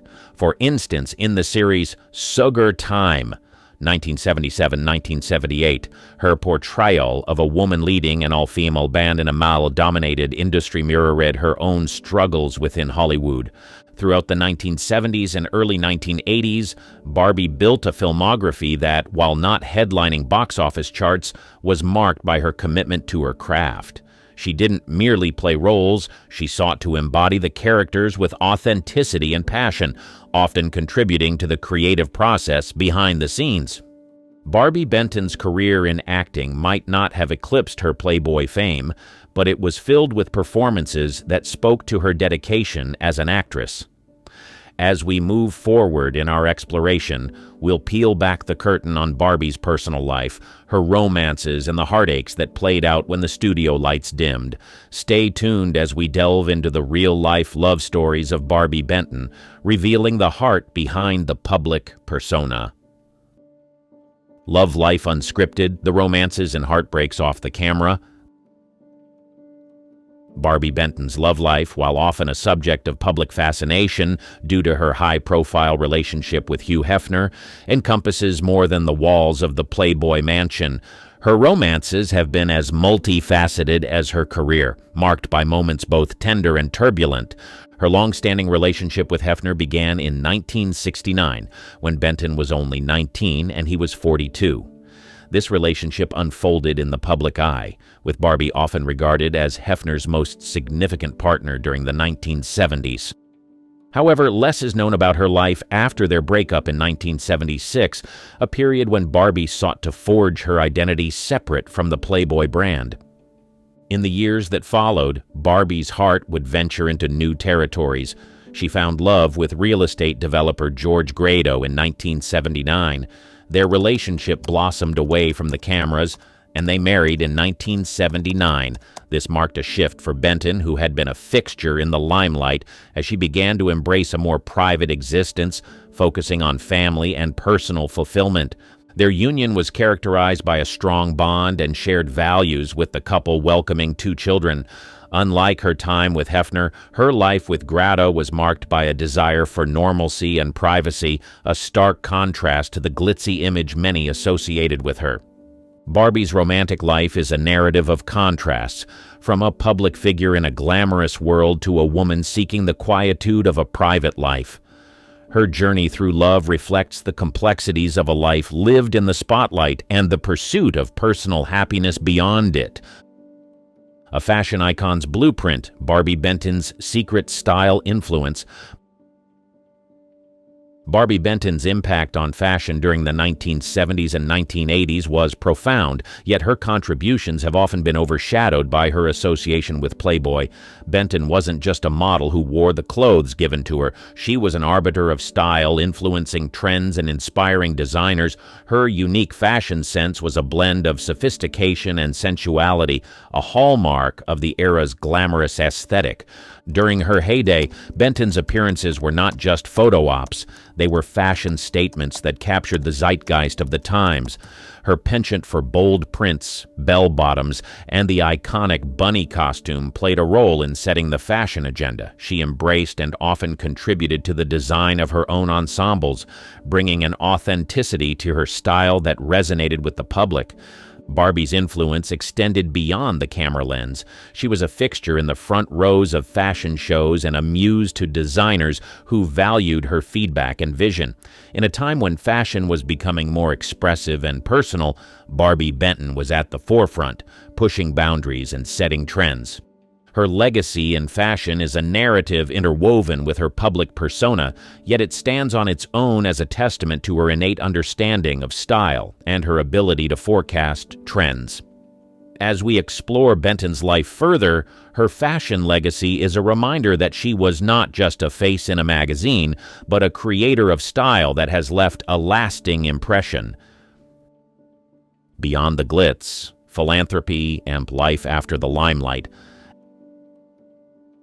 After stepping back from the glare of Hollywood's spotlight, Barbie Benton channeled her energy into philanthropy, a chapter of her life that speaks volumes about her character.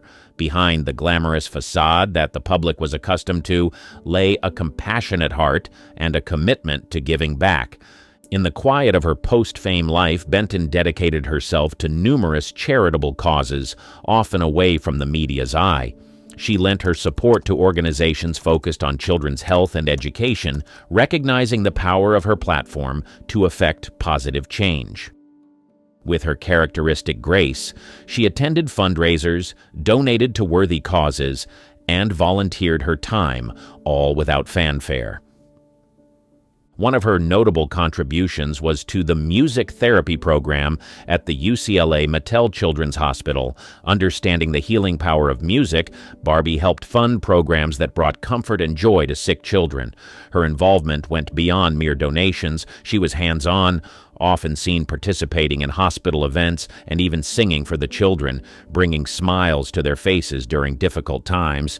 Barbie's philanthropic efforts also extended to environmental causes.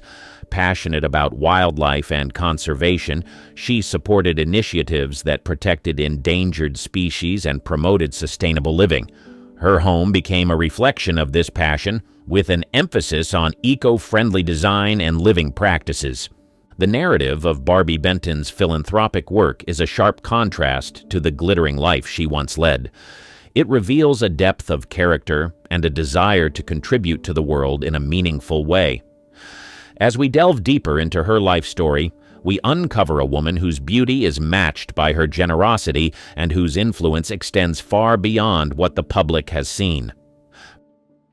Private melodies, the personal life, Barbie shielded from the world. In the symphony of Barbie Benton's life, there are melodies that remained private, harmonies that echoed behind closed doors, away from the public's prying eyes.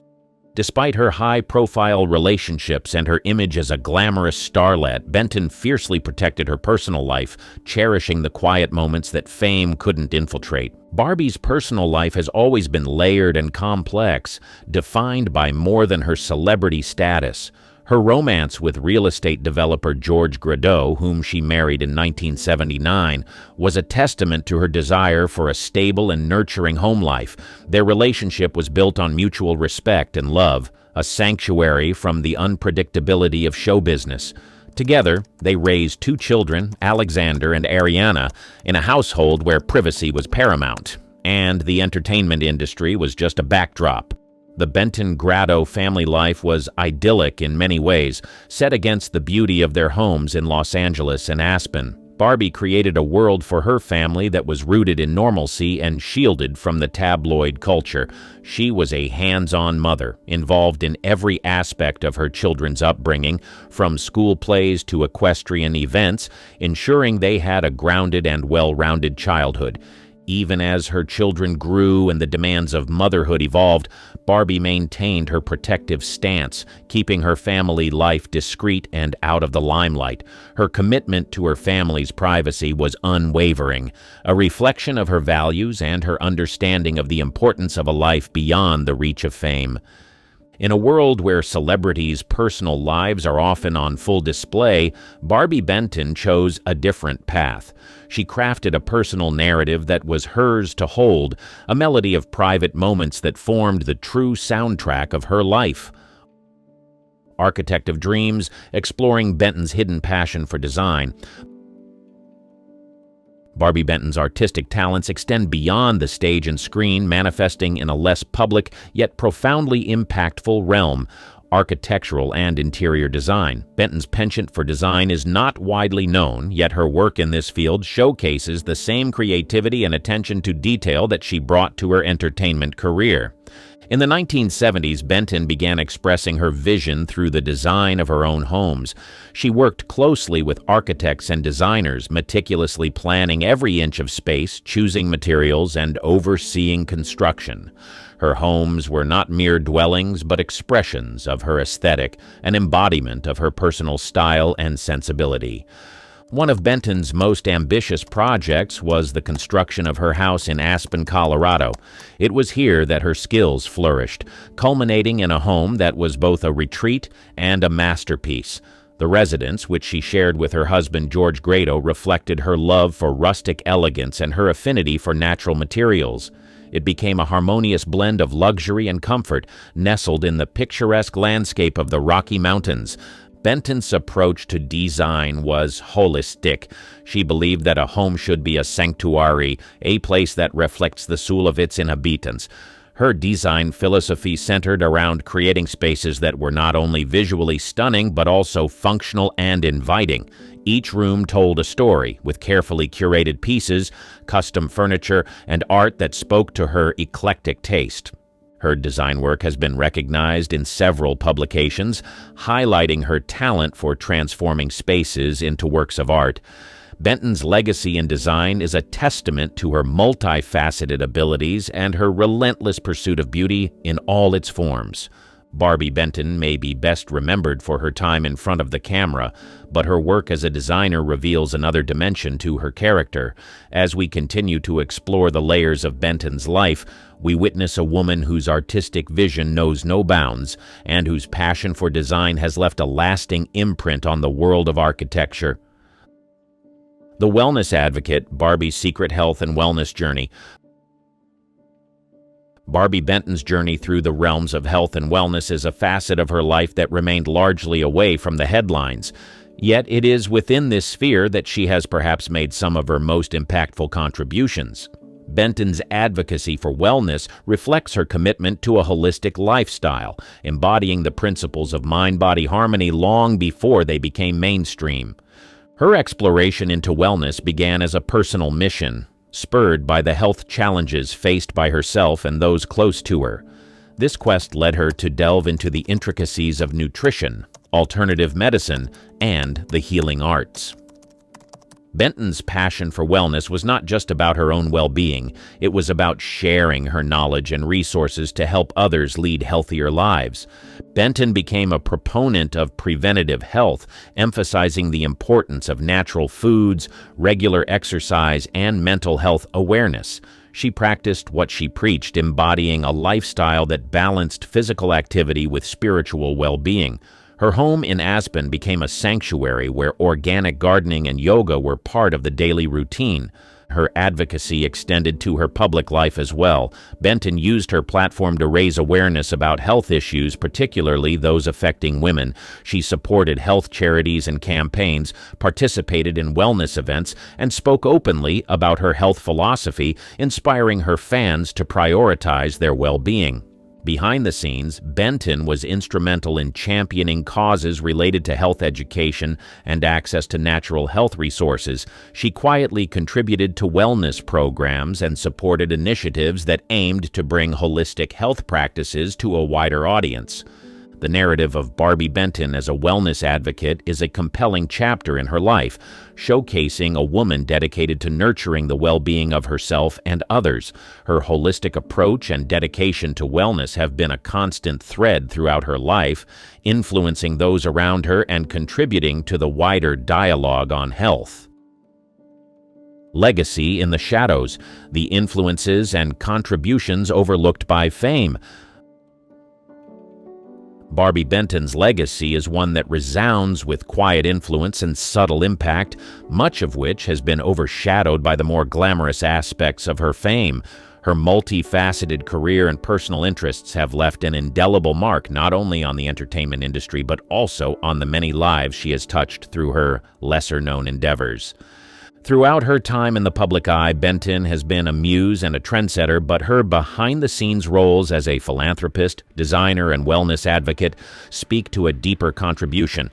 Her influence extends into the realms of environmental conservation, health education, and the arts, areas where her input and support have often gone unrecognized. Her philanthropic efforts, particularly those directed towards environmental causes and children's health and education, reveal a compassionate spirit committed to making a tangible difference. Benton's advocacy for sustainable living and her hands-on approach to supporting various charities demonstrate her dedication to leaving a positive legacy beyond her celebrity status. Moreover, Benton's contributions to design and architecture show a visionary mind at work, one that has shaped physical spaces with the same creativity she once brought to the stage. Her unique aesthetic and passion for creating environments that nurture the soul have inspired many to view their living spaces as sanctuaries for wellness and expression. As a wellness advocate, Barbie has been ahead of her time, championing holistic health practices and mental well-being before they became part of the cultural lexicon. Her commitment to leading a balanced life and encouraging others to do the same has had a ripple effect, contributing to the growing awareness of the importance of health in all its dimensions. Barbie Benton's legacy is rich and varied, with many of her contributions remaining in the shadows yet profoundly influential. As we wrap up our exploration of her life, we are reminded that fame is but one part of a person's story. The true measure of impact is found in the quiet moments, the generous acts, and the creative endeavors that resonate with people's lives long after the spotlight fades. In the early 1940s, Ava Gardner went from being a poor teenager from Grabtown to being one of the most desired stars in Hollywood. While this transformation changed her financial status, fame came with its challenges. From navigating Hollywood as a young, attractive woman to having romantic relationships with some of the most attractive men in Hollywood, Ava Gardner lived an interesting life. In the late 1980s, she decided to let the world know some of her deepest, darkest secrets by writing a memoir. You are about to unveil some of the shocking revelations she penned down in her memoir. The Calm Before the Storm.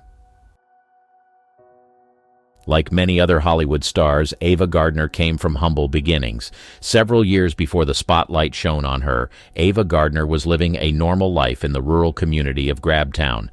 Born on Christmas Eve in 1922, Ava Gardner was the seventh child of Jonas and Mary Gardner.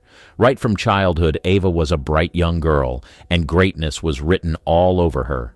She spent her early years surrounded by her siblings and parents as they lived in a farmhouse. She grew up enveloped by the enchanting landscapes of the rural South, where cotton fields stretched as far as the eye could see, and the sunsets painted the sky in hues of gold and crimson.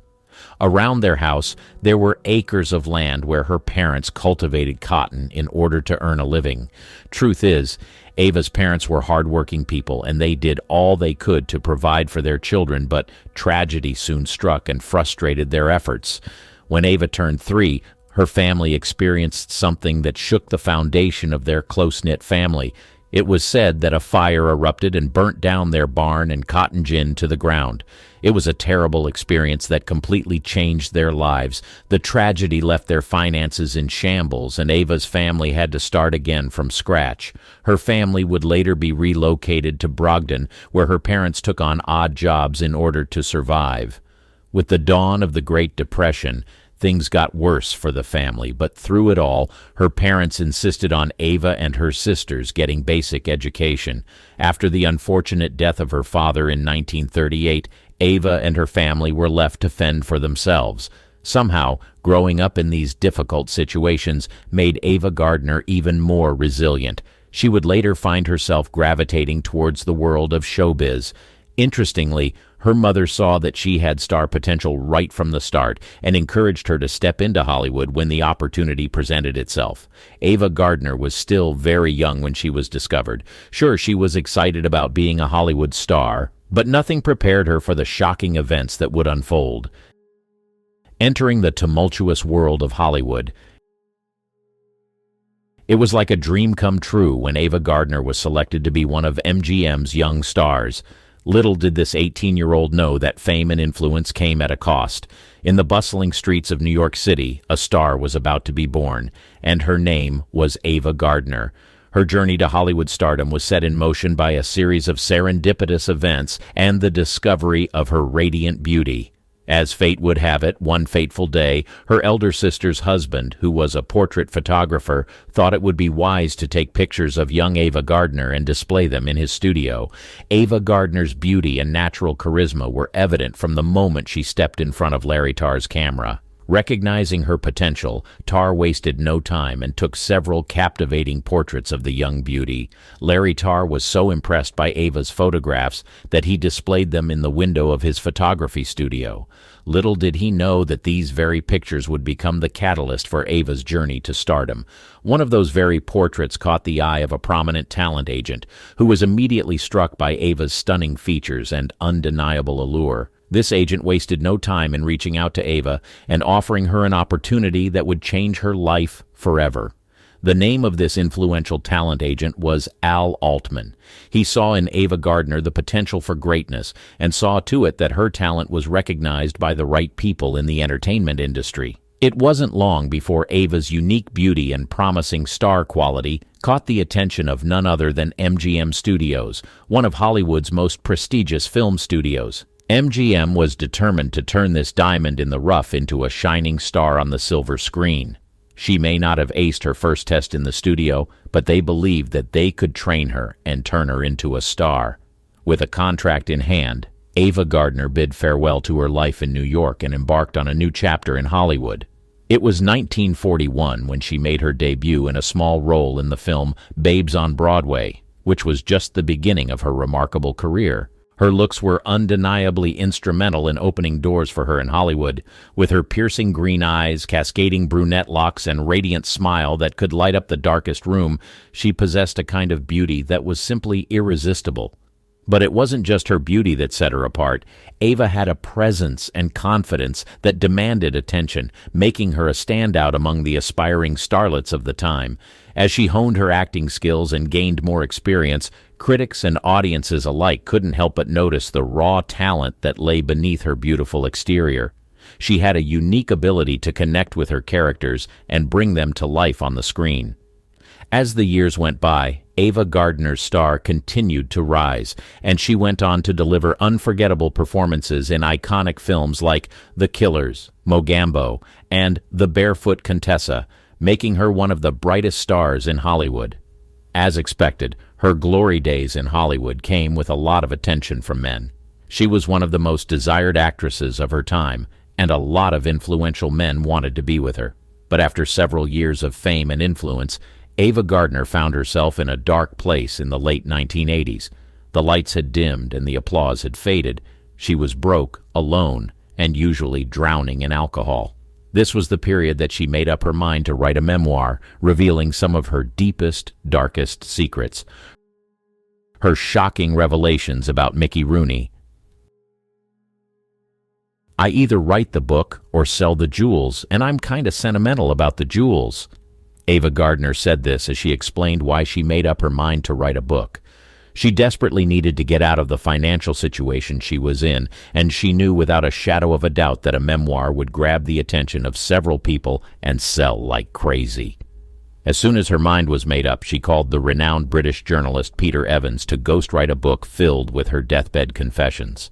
At the very top of her confession list was the story of her relationship and marriage to none other than Mickey Rooney.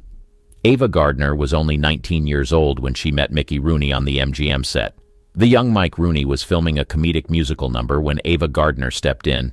Mickey was completely mesmerized by her beauty, and he could not resist her. Soon after, they fell in love and got married. Ava revealed that she was innocent and still a virgin when she married Mickey Rooney. In her memoir, she stated that Mike Rooney was extremely sexually attracted to her and that she had no idea that he was a cheater. In her words, "I still didn't know he was the biggest wolf on the lot. He'd screw anything that moved." The two youngsters seemed like the it couple, but their marriage was not as it seemed on the surface. In her memoir, Ava Gardner made shocking revelations about her tumultuous relationship with Mike Rooney. According to her, her marriage to Mickey Rooney would become a tumultuous affair, riddled with betrayal and heartache. After their wedding, he began to unleash the cheater in him. She recalled a particular incident that took place at one of the lowest moments of her life. She had fallen ill and was hospitalized after an appendectomy. To her greatest surprise, Mike Rooney didn't hesitate to cheat on her. Even though Ava was recovering from an appendectomy in the hospital, Mickey Rooney's wandering eye knew no bounds. In a stunning display of audacity, he chose to cheat on his stunning wife right in their marital bed. As Ava Gardner lay in the hospital, weakened from the surgery, she never expected her husband's disloyalty to strike so close to home. The betrayal in her most vulnerable moment was proof of Rooney's reckless behavior all through their marriage. Known for his insatiable appetite for women, Mickey Rooney seemed to move from one conquest to another with ease. According to Ava, he went through the ladies like a hot knife through fudge, indicating the extent of his infidelity. Through her candid statement, Ava Gardner shed light on the painful reality of her marriage, unveiling the heartache she endured as her husband's eyes wandered all through their marriage. Through it all, they maintained an image of a perfect couple on the outside, until their marriage came crumbling down in May 1943, a year later.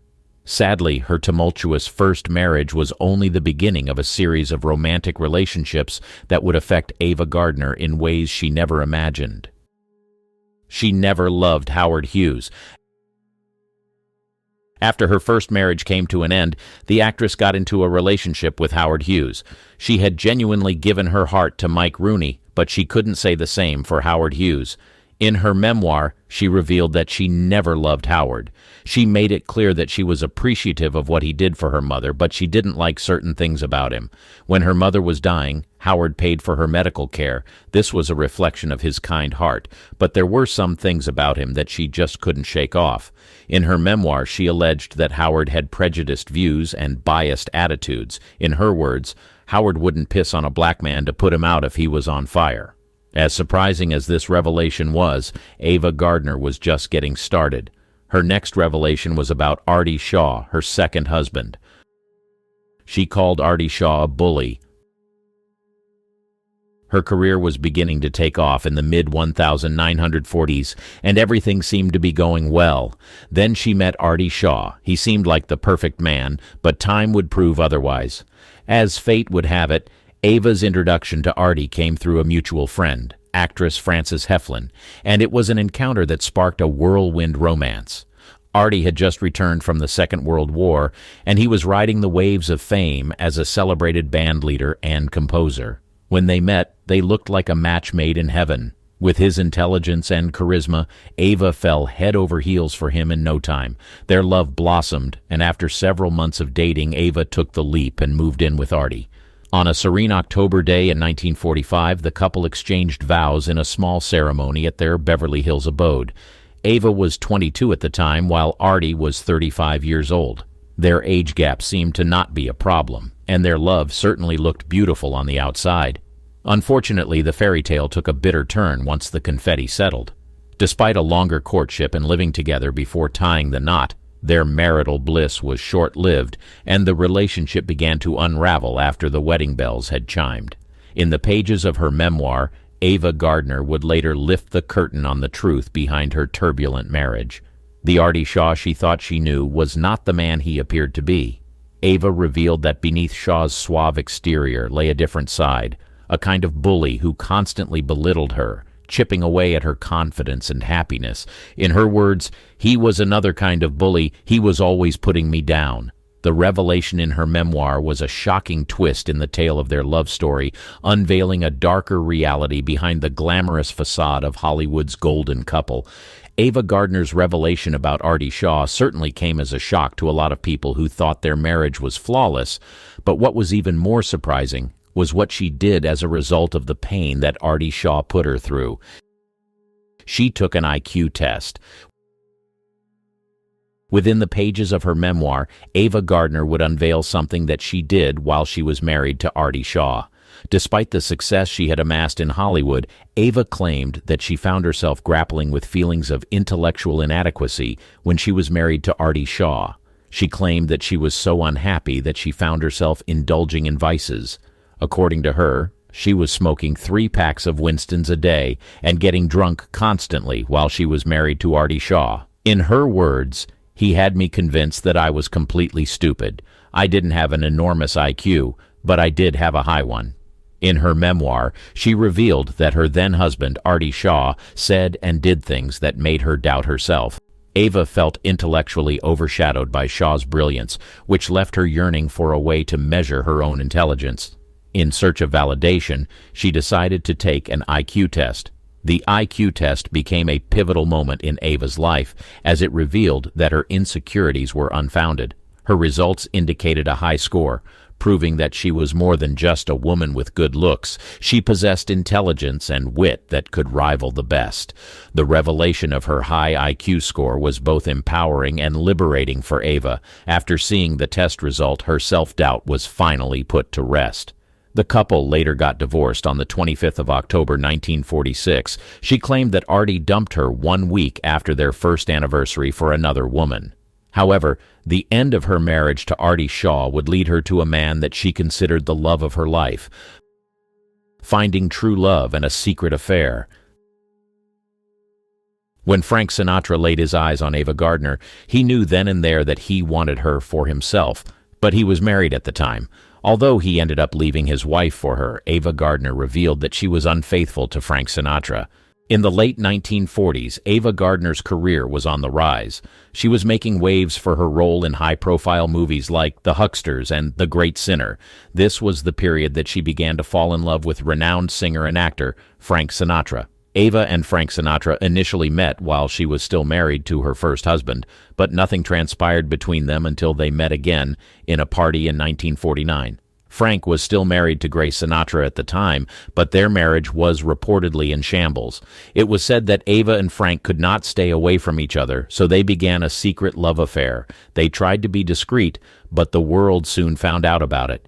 In her memoir, she said Frank Sinatra knew that it was true love on the first date. This was how their first date went. In the late-night hours, as they embarked on a drunken drive from Palm Springs to Indio, an adventure unfolded that solidified their bond. Armed with a pair of .38s kept in his glove compartment, the chairman and his beloved companion playfully shot out streetlights and store windows, leaving behind a trail of unforgettable memories. Frank was in the process of divorcing his wife at the time, but as soon as the divorce was final, he and Ava tied the knot in 1951. Ava was in her late 20s at the time, and Frank was in his mid-50s. Their love was said to be electrifying at the start, but things soon changed. In her memoir, she revealed that they started having problems during their courtship. From the outset, their courtship seemed like a tempestuous whirlwind, marked by fiery encounters and bouts of boozing and fighting. While their passionate connection drew them together, it also led them down a path filled with turbulence and emotional storms. Ava also revealed that she got pregnant twice when she was with Frank Sinatra, and she aborted both times.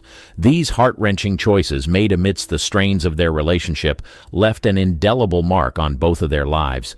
As the years passed, the fervor that once brought them together couldn't save them from their own inner demons. The same intensity that sparked their romance seemed to fuel their conflicts, leading to a marriage that mirrored the turbulence of their courtship. Their union became plagued by public dispute and chaos that filled the tabloids. Shockingly, one of Ava Gardner's deathbed revelations was about her secret affair with Robert Mitchum. She revealed that while she was seeing Frank Sinatra, she was having an affair with Robert. In her words, "I was crazy about him." When she summoned the courage to tell Robert that she was also seeing Frank Sinatra, he ended things immediately. In her memoir, she detailed what he said: "Get into a fight with him and he won't stop until one of you is dead." Gardner said Robert didn't want to risk it being him, so he fled for his life. Frank Sinatra and Ava kept trying to make things work, but after a while they decided to end things. Their divorce was later finalized on the 5th of July, 1957. Ava went on to reveal more facts about her relationships, but her claims about what George Scott did to her were indeed shocking. George C. Scott did this to her behind closed doors. One of Ava Gardner's deathbed revelations was the truth about her brief relationship with George Scott. While the duo were dating back in the day, their fans admired them and people said they were a cute couple. However, there was nothing cute about what was happening between the couple behind closed doors. She claimed that George Scott had been abusive towards her while they were in a relationship. She went on to detail one of the fights they had and how dark it got. According to her, he got physically abusive when he was drunk. In one of their fights, she said Scott smashed bottles to make weapons. She was terrified of what he was going to do next, but again, he had abused her this way before. In her words, "He was kneeling across me, waving the jagged edges of the glass in front of my face with one hand and hitting me with the other, telling me he loved me and smashing a fist into my eye. 'Marry me, do you hear what I'm saying?' followed by another blow." People were certainly shocked to find out that she endured all this, but of all the things she said in her memoir, she made it clear that she was aware that she made bad choices when it came to men. She also said that her friend warned her about some of the men that she dated, but she didn't listen. Lana Turner tried to warn her. All through her lifetime, some of her heartache came as a result of the men she chose to date.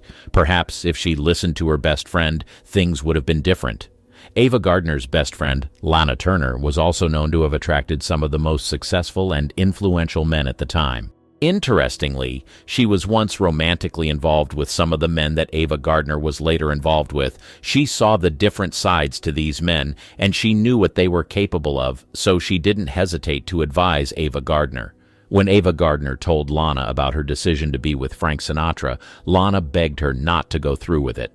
Interestingly, Lana had affairs with both Frank Sinatra and Shaw in the past, so she was well equipped to advise her friend. Recalling what her best friend told her, Ava Gardner wrote, "I've been there, honey," she told me. "Don't do it." I should have listened to her. The deed had already been done. She got into the relationships, learned her lessons, and lived to tell her story. The actress's life was truly one hell of a ride, but through it all, she tried to live life to the fullest. Although she started married to each of her husbands for a short period, picture this: Rome, 1960, a stunning Swedish actress wades into the Trevi Fountain and overnight becomes an international sensation. But what if I told you that Anita Ekberg, the unforgettable star of La Dolce Vita, had a life that was far more scandalous and complex than any movie script, from beauty pageant controversies to Hollywood scandals, financial ruin, and unpublished memoirs that promised to blow the lid off Hollywood's best-kept secrets? Anita Ekberg's life was a roller coaster you'll have trouble to believe. Stick around, because in this video, we're diving deep into the untold story of Anita Ekberg, a tale so captivating it outshines even her most iconic roles. The Miss Universe controversy. Anita Ekberg's rise to fame was anything but ordinary. In 1951, at the age of 20, she represented Sweden in the Miss Universe pageant. While she didn't win the crown, she captured something far more valuable: international attention. But her participation was not without controversy. Rumors swirled that her measurements had been exaggerated to boost her chances, a scandal that made headlines worldwide. The controversy didn't hurt her. In fact, it did the opposite. Hollywood came calling, and soon she was on a plane to the United States, armed with a movie contract. But the Miss Universe scandal followed her. Critics and the public alike questioned her talent, reducing her to a mere beauty queen with inflated measurements. Anita had to fight to be taken seriously as an actress, a battle that would define the early years of her career in Hollywood. It was a rocky start, but one that she navigated with a mix of grace and grit, setting the stage for the iconic roles that would later define her legacy, the La Dolce Vita phenomenon. If there's one role that defines Anita Ekberg's career, it's her portrayal of Sylvia in Federico Fellini's 1960 masterpiece La Dolce Vita. The film was a sensation, but it also ignited a firestorm of controversy. Anita's sensual performance, especially her famous scene in the Trevi fountain, was considered scandalous at the time. The Vatican even denounced the film, adding fuel to the fire. But the controversies didn't stop at the screen. Rumors circulated about her relationship with Fellini, adding a layer of intrigue to an already sensational story. Was their chemistry purely professional, or was there something more? Anita never confirmed nor denied the rumors, keeping the public guessing for years. The role catapulted her to international stardom, but it also typecast her as the voluptuous temptress, a label she struggled to shake off throughout her career. Despite the challenges, La Dolce Vita remains a defining moment in her life, a role that brought her fame but also a fair share of infamy. Prepare to be shocked as we dive deep into Anita Ekberg's relationships with Hollywood's most powerful figures. Was she truly the seductress the tabloids claimed? Or is there a hidden narrative waiting to be uncovered? Hollywood scandals. Anita Ekberg's Hollywood journey was a roller coaster of highs and lows, marked by relationships that were as headline-grabbing as her film roles. One of the most sensational was her involvement with Frank Sinatra. Sinatra, known for his own tumultuous love life, met Anita on the set of Hollywood or Bust in 1956. Their chemistry was electric, but the relationship was volatile. Public arguments, including a notorious incident at a Hollywood party where Sinatra reportedly threw a champagne bottle in frustration, kept the gossip columns busy. The relationship fizzled out, but the drama left an indelible mark on both their reputations. But Sinatra was just the tip of the iceberg. Anita was also linked to other Hollywood heavyweights like Tyrone Power and Yul Brynner. Her relationship with Power was particularly scandalous due to his being married at the time. The affair was an open secret in Hollywood circles and added to her reputation as a femme fatale. Anita's love life wasn't her only source of controversy. She had a knack for getting into public feuds with other Hollywood personalities. One such feud was with Sophia Loren, another European actress who had found fame in Hollywood. The two were often pitted against each other by the media, and tensions reached a boiling point when they both were cast in the epic film War and Peace in 1956. On-set clashes and snide comments to the press made it clear that there was no love lost between them. Her professional life was equally fraught. During the filming of 4 for Texas in 1963, Anita had a falling out with co-star Ursula Andress. The tension was so palpable that it was reported director Robert Aldrich had to intervene to keep the peace. Anita's reputation for being difficult to work with grew, impacting her ability to land roles in major films. Adding another layer of complexity was her rumored involvement with the notorious Rat Pack, a group of entertainers known for their wild parties and alleged connections to organized crime. While Anita was never officially a member, her relationships with Sinatra and other Rat Pack affiliates like Dean Martin led to speculation that she was involved in some of their more nefarious activities. These rumors, although never substantiated, added a layer of intrigue and danger to her public persona. Anita Ekberg's Hollywood years were a whirlwind of romance, rivalry, and rumor. Her life off-screen was as dramatic and complex as any role she ever played, filled with relationships and controversies that both fascinated and scandalized the public. It's a chapter of her life that offers a window into the glamour and grit of Hollywood's golden age, a period marked by excess, excitement, and the ever-present glare of the public eye. The mysterious lawsuit with Rick Van Nutter. In the early 1960s, Anita Ekberg found herself embroiled in a legal battle that added another layer of scandal to her already controversial life. She was married to actor Rick Van Nutter, best known for his role in the James Bond film Thunderball. While the details remain sketchy, the marriage ended in a mysterious lawsuit that was settled out of court. The lawsuit was shrouded in secrecy, but it was enough to make headlines. Speculation ran rampant. Was it a financial dispute, given Anita's well-known monetary troubles, or was it something more personal, perhaps related to Van Nutter's rumored infidelities or Anita's own complicated love life? The public was left to guess, as neither party spoke publicly about the lawsuit. What made the lawsuit even more intriguing was its timing. It came at a point when both Anita and Van Nutter were struggling professionally, adding an element of desperation to the proceedings. The lawsuit and subsequent divorce took an emotional toll on Anita, who briefly retreated from the public eye afterward. Though the lawsuit was eventually settled, it left a cloud of mystery that never fully lifted.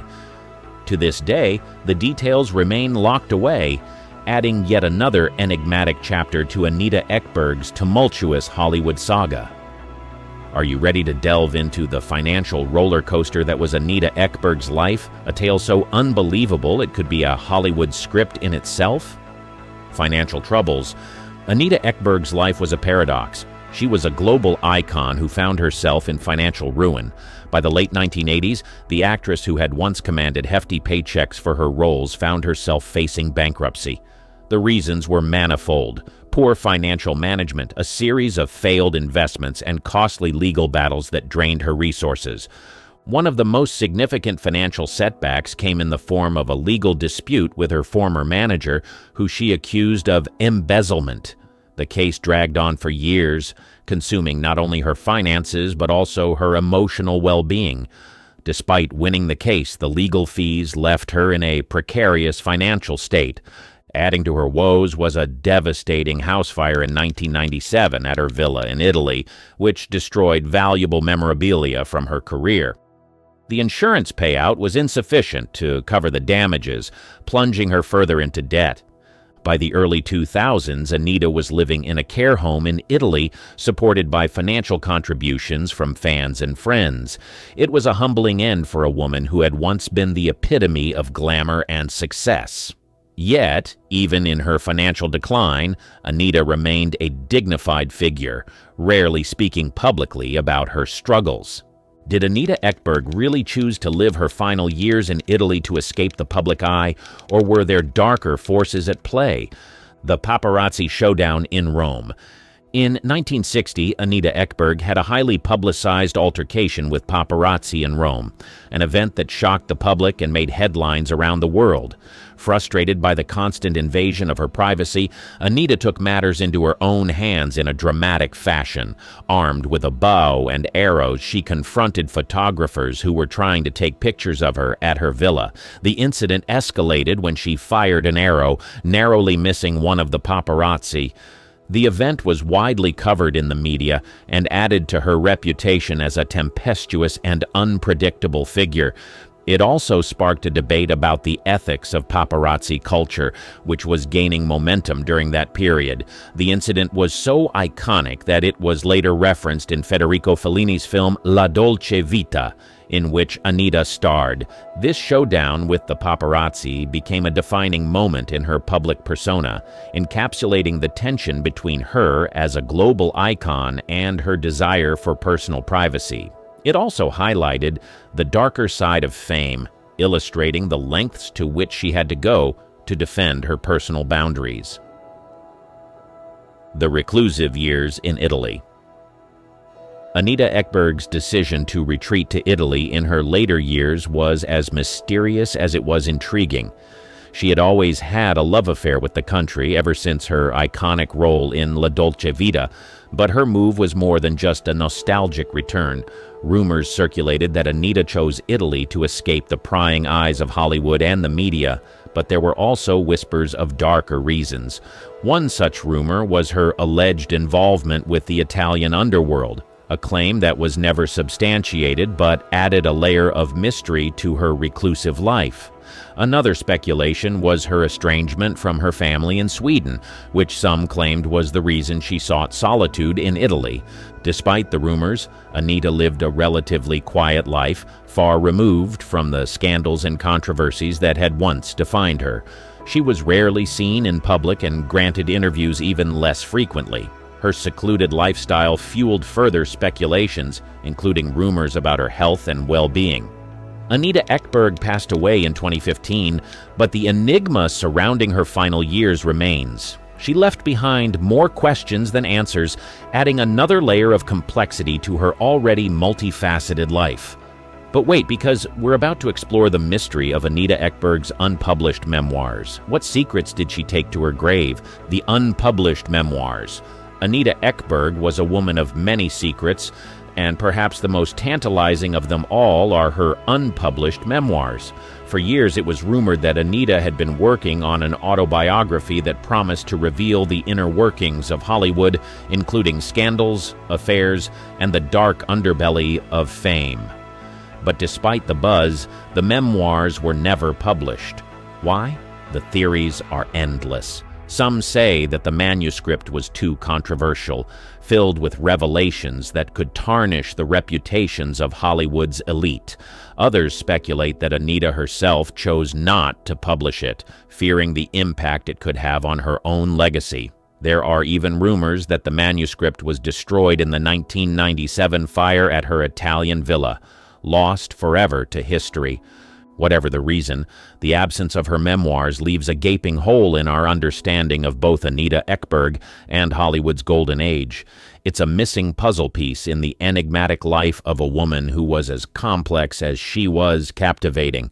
Grace Kelly, fishing an emerald bracelet out of a fish tank while completely nude. It's not a scene from one of her famous films, but a real-life moment that exposed her secret affair. The Princess of Monaco wasn't always royal, and her path to the throne was paved with scandals and secrets. Buckle up as we dive into the juicy details of Grace Kelly's most shocking indiscretion. The rising star. She was born on November 12, 1929 in Philadelphia. The third of four children, Grace Patricia Kelly grew up in a wealthy family. Her father, John B. Kelly Sr., was an Olympic gold medalist in rowing, winning 3 gold medals in the 1920 and 1924 Olympics. He later became a successful businessman in the brickmaking industry, amassing a fortune of over $200 million in today's currency. Her mother, Margaret Catherine Major, was the first woman to head the physical education department at the University of Pennsylvania. The Kelly household was strict and achievement-oriented, with Grace often feeling overshadowed by her athletic siblings. At age 12, Grace acted in her first play, Don't Feed the Animals, at the Old Academy Players in East Falls. This early experience sparked her passion for acting. Throughout her teens, she participated in school plays and local theater productions, often taking on challenging roles beyond her years. In 1947, at 18, she moved to New York City to pursue her dreams. She enrolled at the American Academy of Dramatic Arts, paying her own tuition by modeling on the side. Her modeling work included appearances in magazines like Cosmopolitan and TV commercials for Old Gold cigarettes and Bayer aspirin. She earned $400 a week from modeling, a substantial sum at the time. During her time at the Academy, Grace studied under renowned acting coach Sanford Meisner, who helped shape her naturalistic acting style. She also took dance lessons and worked on perfecting her diction, determined to lose her Philadelphia accent. Her first big break came in 1949 when she debuted on Broadway in The Father by August Strindberg. Though the play ran for only 69 performances, it caught the attention of Hollywood producers. Critics praised her luminous quality, foreshadowing her future screen presence. In 1951, she made her film debut in 14 Hours, playing a small role as Louise Ann Fuller. The part lasted only 2 minutes on screen, but it was enough to get her noticed. Director Henry Hathaway later said, There was something very special about her. She was graceful, gracious, and projected an inner calm. Her breakthrough came in 1952 when she starred opposite Gary Cooper in High Noon. The film was a massive success, winning 4 Academy Awards. Grace's performance as Amy Fowler Kane earned her critical acclaim and opened doors in Hollywood. The New York Times praised her bravely gallant and strong performance, highlighting her ability to hold her own against the veteran Cooper. During this time, she dated several high-profile men, including Clark Gable and Ray Milland. However, she kept her personal life private, cultivating an image of elegance and sophistication. She was often seen at the Stork Club, a popular celebrity haunt, but always maintained a dignified presence. In a rare interview from that period, Grace said, "I think it's because I was brought up believing it was graceless to talk about yourself and immodest to call attention to yourself." This reticence only added to her mystique and appeal. By 1953, at just 24 years old, Grace had become one of Hollywood's most sought-after actresses. She signed a 7-year contract with MGM, worth $750 per week with built-in raises. The American Academy Romance. In 1947, Grace Kelly began her studies at the American Academy of Dramatic Arts in New York City. The prestigious school, founded in 1884, had already produced stars like Spencer Tracy and Lauren Bacall. During her time at the Academy, she met Don Richardson, a 30-year-old instructor. Richardson, married but separated, taught acting and directed student productions. Despite their 12-year age gap, the two quickly developed a close relationship. Grace excelled in her studies, earning praise from instructors and fellow students alike. In her second year, she played the lead in the Academy's production of The Philadelphia Story, a role that would later become iconic in her film career. Richardson, impressed by her talent and beauty, began to mentor her closely. Their relationship soon turned romantic, though they kept it discreet due to the school's policies and Richardson's marital status. In a later interview, Richardson recalled, "Grace was not the naive, sheltered girl many thought. She was a determined young woman who knew what she wanted." Her time at the Academy was marked by hard work and ambition. She took on various jobs to support herself, including modeling for the Walter Thornton Agency and working as a photographer's assistant. The relationship with Richardson continued to deepen, becoming a significant part of her early adult life. It was her first serious romance, and it would later play a crucial role in shaping her approach to relationships. By the time Grace graduated from the Academy in 1949, she had not only honed her acting skills, but also experienced her first taste of the complex romantic entanglements that would later define her personal life. Family disapproval. In 1950, Grace Kelly brought Don Richardson home to Philadelphia to meet her family. The Kellys, a prominent Irish Catholic household, lived in a stately brick mansion in the East Falls neighborhood. Her father, Jack Kelly, was a self-made millionaire and former Olympic rower. Her mother, Margaret, was a former model and swimming instructor. The family, including 3 siblings, adhered to strict Catholic values. The meeting was tense from the start. Jack Kelly, known for his blunt manner, immediately took issue with Richardson. He was 12 years older than Grace, still legally married and Jewish. All red flags for the conservative Kellys. During dinner, Jack Kelly reportedly asked Richardson pointed questions about his background and intentions. Her mother, Margaret, remained politely distant throughout the evening. Grace's older sister, Peggy, later recalled, "Father was furious. He couldn't believe she would bring home someone so unsuitable." The family's disapproval was clear. Jack Kelly allegedly told her, "No daughter of mine will be involved with a divorced man, let alone a Jew." This rejection deeply upset Grace, who had hoped her family would see beyond their prejudices. She stood by Richardson, causing a rift with her parents that would take months to heal. Despite the family's objections, she continued her relationship with Richardson in New York. She balanced her budding acting career with her romance, often sneaking away from auditions to meet him. The conflict with her family over Richardson marked one of the first times Grace openly defied her parents' wishes. It showcased her independence and willingness to follow her heart, traits that would define her throughout her life. This period of tension lasted several months, during which she had limited contact with her family. She threw herself into her work, landing small roles in television and theater productions. Grace's other suitors. As Grace Kelly's star rose in Hollywood, so did her list of admirers. Between 1951 and 1955, she was linked to several high-profile men, each adding to her growing reputation as a desirable leading lady. One of her early romances was with the debonair Oleg Cassini, a fashion designer who dressed Hollywood's elite. Cassini, 15 years her senior, proposed marriage in 1954. She accepted but later broke off the engagement, citing family pressure. In 1953, during the filming of Mogambo, she had a brief affair with Clark Gable. Gable, then 52, was captivated by the 24-year-old actress. Their on-set romance was an open secret, with co-star Ava Gardner later quipping, "Grace was the only woman I ever knew who slept with her makeup on." Another notable suitor was Claudius Charles Philippe, the charismatic banquet manager of the Waldorf Astoria Hotel. Philippe, known for his connections in high society, courted Grace with extravagant gestures and introduced her to New York's elite social circles. Perhaps the most intriguing of her paramours was Ali Khan, a wealthy playboy and son of the Aga Khan III. Khan, fresh from his divorce from Rita Hayworth, pursued Grace relentlessly. Their affair was discreet but intense, with Khan showering her with expensive gifts. During this period, she also dated Ray Milland, her co-star in Dial M for Murder. Their relationship caused a scandal as Milland was married at the time. Her dating life became fodder for gossip columns. Hedda Hopper, a famous Hollywood columnist, once wrote, "Grace Kelly's romances are as varied as her film roles. One wonders which will lead to a lasting performance." Despite the attention on her love life, Grace maintained a public image of sophistication and discretion. She rarely commented on her relationships, once telling a reporter, "A woman's private life should remain private." In late 1951, Grace Kelly received a stunning emerald bracelet. The piece was exquisite, a gold band studded with large, vivid green emeralds.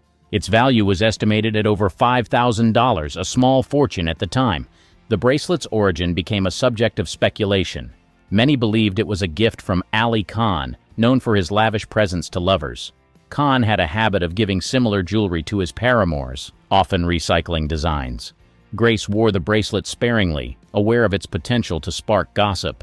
She was seen with it at a few Hollywood parties, always deflecting questions about its provenance.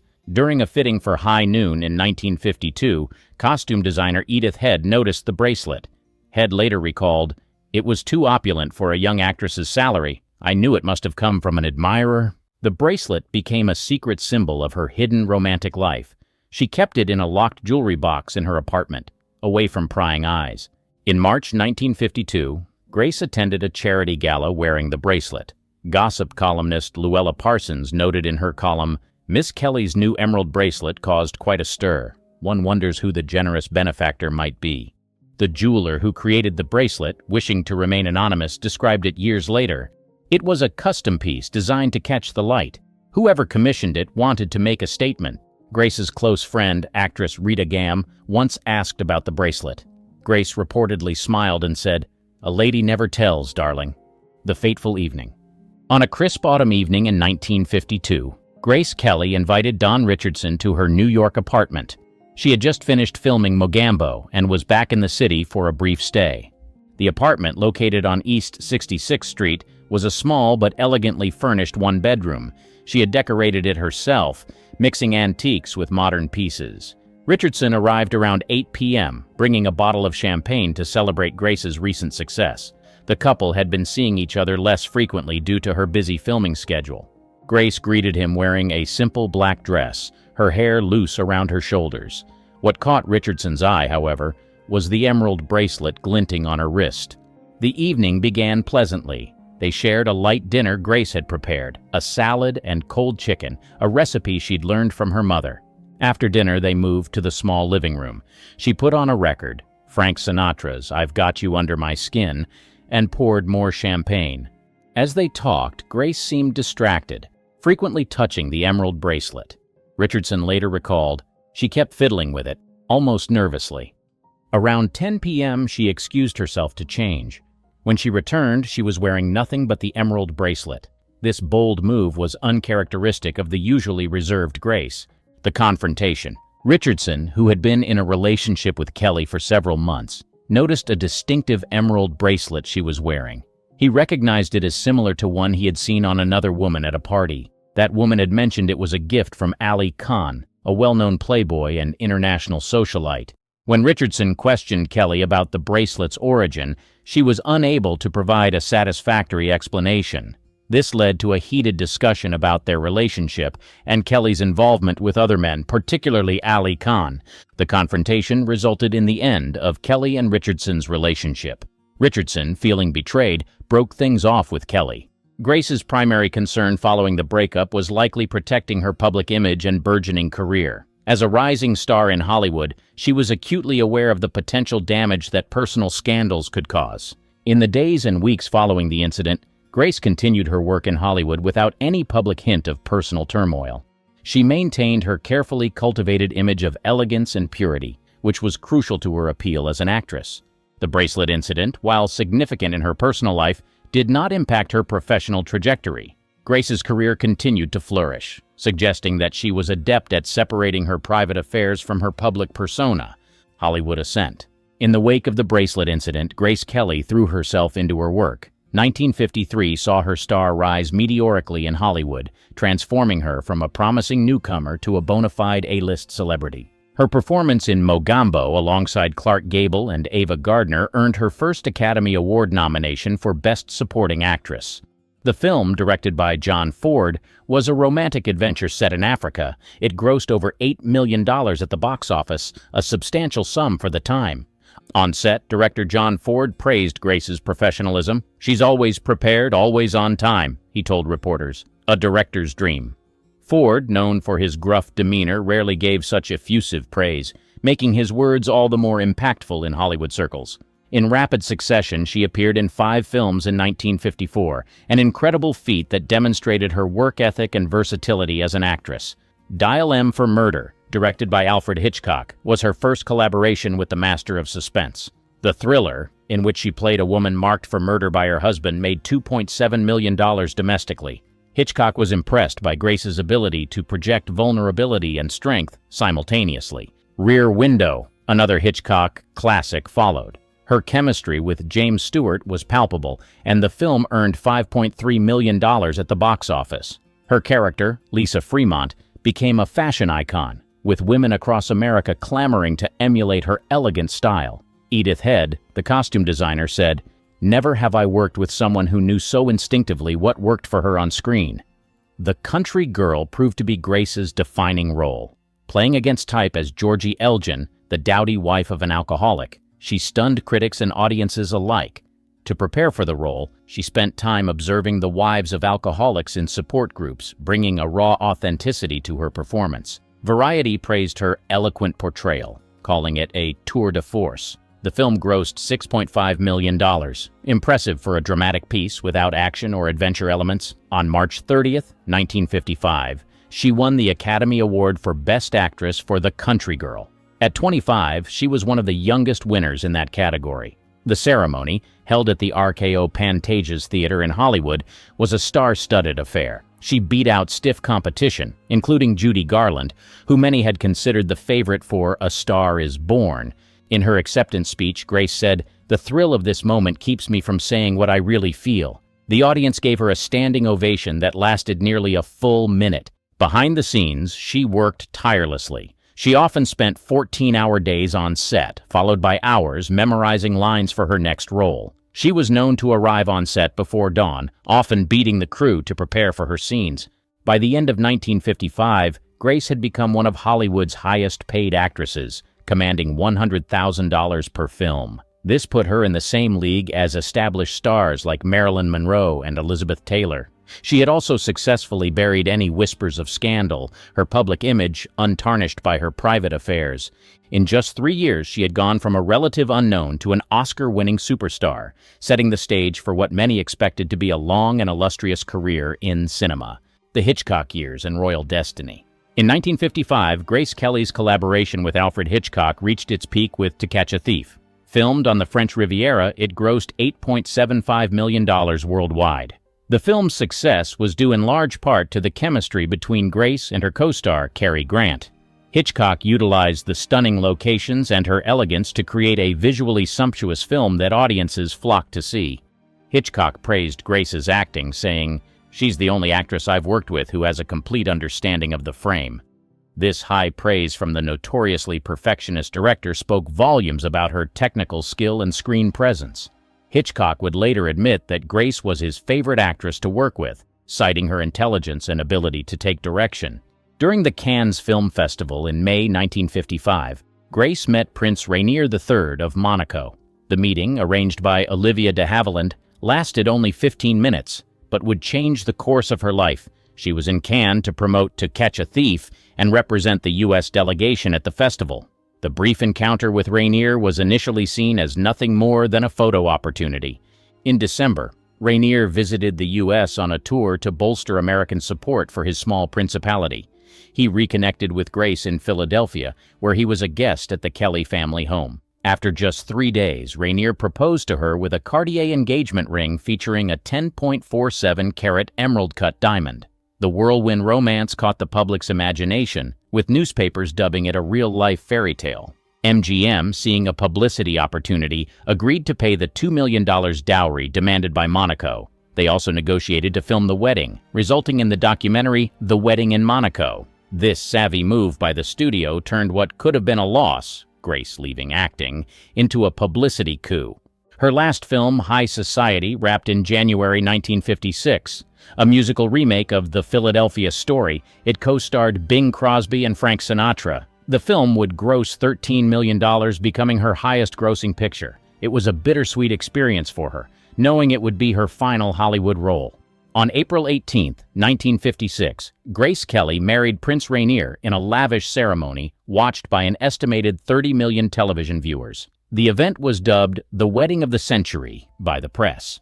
Monaco declared a national holiday, and the celebration lasted for 2 days. The wedding required 2 ceremonies, a civil ceremony on April 18th and a religious one on April 19th. Grace's wedding dress, designed by Helen Rose of MGM, used 25 yards of silk taffeta and 100 yards of silk net. The dress took 30 seamstresses 6 weeks to complete and has since inspired countless bridal gowns, including that of Kate Middleton. After the wedding, Grace retired from acting at age 26. She had made only 11 films in her 7-year career, but her impact on cinema was undeniable. Her decision to leave Hollywood at the height of her fame was shocking to many, with some predicting she would eventually return to acting. In her final press conference as an actress, she stated, "I'm not leaving Hollywood. I'm simply going to a new kind of acting." This cryptic statement left the door open for speculation about her future involvement in the arts. As Princess of Monaco, she focused on charity work and cultural initiatives. She established the Princess Grace Foundation to support local artisans and artists. Grace also worked to modernize Monaco's constitution and economy, helping to transform the principality from a sleepy tax haven to a modern state. Despite her new role, Grace never completely left the world of entertainment. She narrated documentary films, gave poetry readings, and even considered a return to acting in 1977 for Hitchcock's The Short Night. However, public opinion in Monaco against their princess returning to acting ultimately led her to decline the role.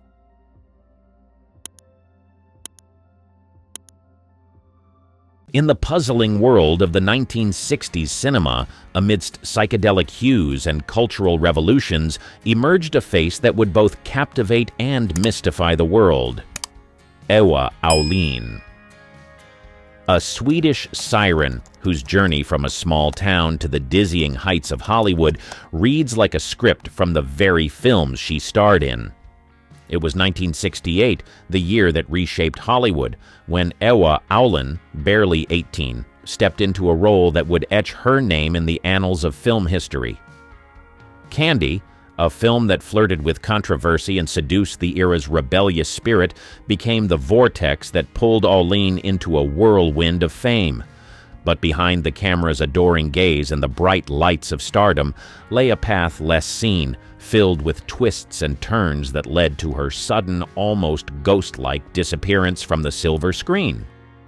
As the world moved on, the enigma of Ua Olin remained. Was she a comet that burned too bright too fast? Or was there more to the story of the girl who became an icon overnight and then, just as quickly, vanished?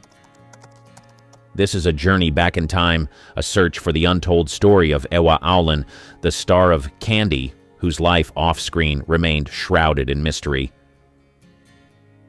What secrets lie behind her enigmatic smile? What truths wait to be uncovered? Join us as we delve into the unseen side of a star who left more questions than answers in her wake. Unraveling Ua Olin. In the late 1960s, a young Swedish actress named Ua Olin captured the imagination of the film world. Born in 1950 in Landskrona, Sweden, Ua's journey to stardom was as rapid as it was remarkable. With her ethereal beauty and captivating screen presence, she quickly became a symbol of the era's cinematic revolution. Ua's early life in Sweden was far removed from the glamour of Hollywood. Growing up in a small town, she was discovered in her teens and soon found herself thrust into the limelight.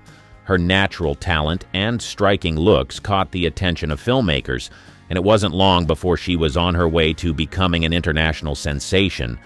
Her rise to fame was meteoric. At just 17, Ua won the title of Miss Teen Sweden, catapulting her into the public eye. This victory opened doors to the world of cinema, leading her to roles that would define her career. Ua's allure wasn't just in her physical appearance, it was her ability to convey depth and emotion on screen that set her apart. However, the path to fame is often fraught with challenges. For Ua, the sudden exposure and the pressures of the industry were overwhelming. The transition from a small-town girl to a sought-after actress in international cinema was a journey filled with excitement, but also with unforeseen difficulties. Ua Olin's story is not just one of fame and film. It's a tale of a young woman navigating the complexities of a rapidly changing industry. Her early roles, while not as widely known as her later work, showcased her range and potential. They were the first steps in a career that would see her become an icon of her time. As we unravel the story of Ua Olin, we delve into the making of a star. Her ascent in the film industry, marked by both dazzling highs and challenging lows, paints a picture of an era and a talent that left an indelible mark on cinema. Ua's story is a testament to the allure and the trials of the film world, a world that she both enchanted and was ultimately disillusioned by. The candy controversy. The year 1968 marked a pivotal moment in Ua Olin's career with the release of Candy, a film that would become synonymous with her name. Candy, based on the novel by Terry Southern and Mason Hoffenberg, was a satirical take on Voltaire's Candide, reimagined in a psychedelic, sexually charged landscape of the 1960s. Olin, cast in the titular role, found herself at the center of a cinematic storm that would define her career. The film, directed by Christian Marquand, featured an ensemble cast of renowned actors, including Marlon Brando, Richard Burton, and Ringo Starr. Yet it was Ua, a relatively unknown Swedish actress, who stole the spotlight. Her portrayal of the naive and beautiful Candy Christian was both lauded and criticized. For some, she embodied the free spirit of the era. For others, her character was a contentious symbol of the sexual revolution. Candy was controversial from the start. Its overt sexual themes and irreverent humor pushed the boundaries of mainstream cinema. The film was a bold exploration of sexuality, power, and the absurdity of societal norms. It was this audacity that made Candy a cult classic, but it also sparked debates and backlash. Critics were polarized, with some praising its daring approach, while others condemned it for its perceived vulgarity. For Ua Olin, Candy was both a blessing and a curse. The film catapulted her to international fame, making her a household name overnight. However, the controversy surrounding the film also typecast her, limiting her opportunities to showcase her range as an actress. The role of Candy Christian became a double-edged sword, offering fame but at the cost of artistic freedom. The impact of Candy on Ua's career was profound. It opened doors to new projects and collaborations, but it also overshadowed her other work. The film's legacy, tied closely to Ua's own, is a complex one. It stands as a testament to a bold and experimental era in cinema, but also as a reminder of the challenges faced by young actresses thrust into the spotlight. Ua Olin's experience with Candy reflects the broader dynamics of the film industry in the 1960s. It was a time of great change and experimentation, but also of controversy and debate. Candy remains a significant, if contentious, part of Ua's legacy, a film that encapsulates the paradoxes of fame and artistic expression in an era that redefined cinema. Stardom's hidden shadows. Ua Olin's ascent to stardom, while rapid and dazzling, was not without its challenges. The glare of the spotlight often hides the less glamorous realities faced by those in the entertainment industry, and Ua's experience was no exception. Her journey through the world of cinema during the late 1960s and early 1970s revealed the complexities and pressures that come with sudden fame, especially for a young actress.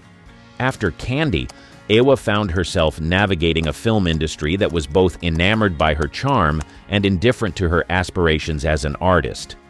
The industry, particularly at that time, was known for its harsh realities, often overshadowed by the glitz of celebrity culture.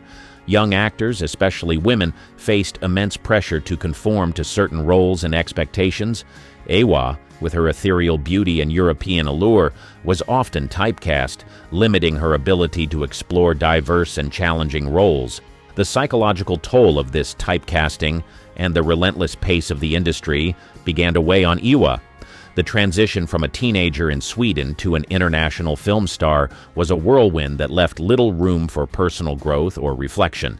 The constant scrutiny, the need to maintain a public persona, and the lack of privacy were aspects of fame that Ua, like many in her position, found difficult to navigate. Moreover, the film industry of that era was not known for its support of mental health or its sensitivity to the personal struggles of its stars. The focus was often on capitalizing on an actor's current fame with little regard for their long-term well-being.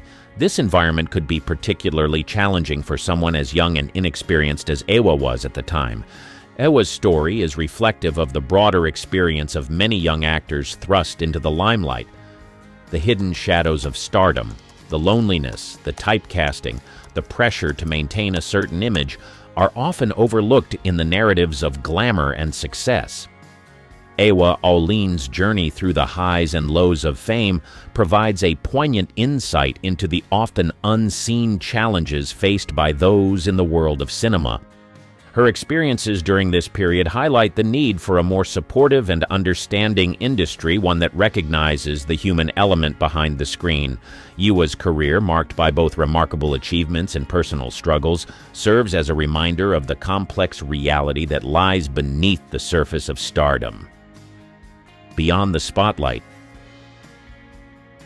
Ua Olin's career, while marked by significant cinematic achievements, also tells a story of a young woman seeking her identity beyond the confines of the silver screen. As the 1970s progressed, Ua began to explore life beyond her established persona as a film star. This chapter of her life is less documented, yet it is crucial in understanding the person behind the celebrity. After the whirlwind of Candy and subsequent roles, Ua started to question her place in the film industry. The constant public scrutiny and the pressures of fame led her to yearn for a more grounded existence. She began to seek a life that allowed her personal growth and exploration, away from the expectations of Hollywood. This period in Ua's life was marked by a deliberate step back from the limelight. She turned down roles that did not align with her evolving interests and started to pursue a life that was not defined solely by her acting career. This decision was bold, especially considering the momentum she had gained in the industry. However, it reflected her desire for authenticity and her need to carve out a space for herself beyond her public image. Ua Olin's move away from the constant glare of the film industry was not just a retreat, it was an exploration of a different kind of fulfillment. It was about redefining success on her own terms and finding contentment beyond the accolades and applause. Her life beyond the spotlight is a powerful narrative of personal resilience and the search for authenticity in a world that often values appearance over substance. Ua's enigmatic exit. Her departure from the film industry was as enigmatic as her rise to fame. In the mid-1970s, at a time when many expected her career to continue its upward trajectory, Ua made the unexpected decision to step away from acting. This move sparked curiosity and speculation among her fans and the media, as it seemed to contradict the typical aspirations of a rising star. The reasons behind Ua's decision to leave the film industry were multifaceted and personal. One factor was her desire to pursue education. Ua had always valued learning and personal development, and stepping away from acting provided her with the opportunity to focus on her studies. She enrolled in university, a choice that was at odds with the expectations of a Hollywood starlet, but aligned with her personal aspirations. Another aspect that influenced Ua's decision was her disillusionment with the film industry. The reality of working in cinema, with its relentless focus on image and marketability, clashed with her personal values and aspirations for artistic expression. Ua sought roles that challenged her as an actress, but such opportunities were scarce, leading to a sense of frustration and a reevaluation of her career path. Rumors and speculation about Ua's sudden exit abounded. Some suggested that she was overwhelmed by the pressures of fame, while others speculated about possible personal reasons behind her decision. The truth, as is often the case with public figures, was likely a complex combination of personal and professional factors. Ua's exit from acting was a bold move that left many unanswered questions.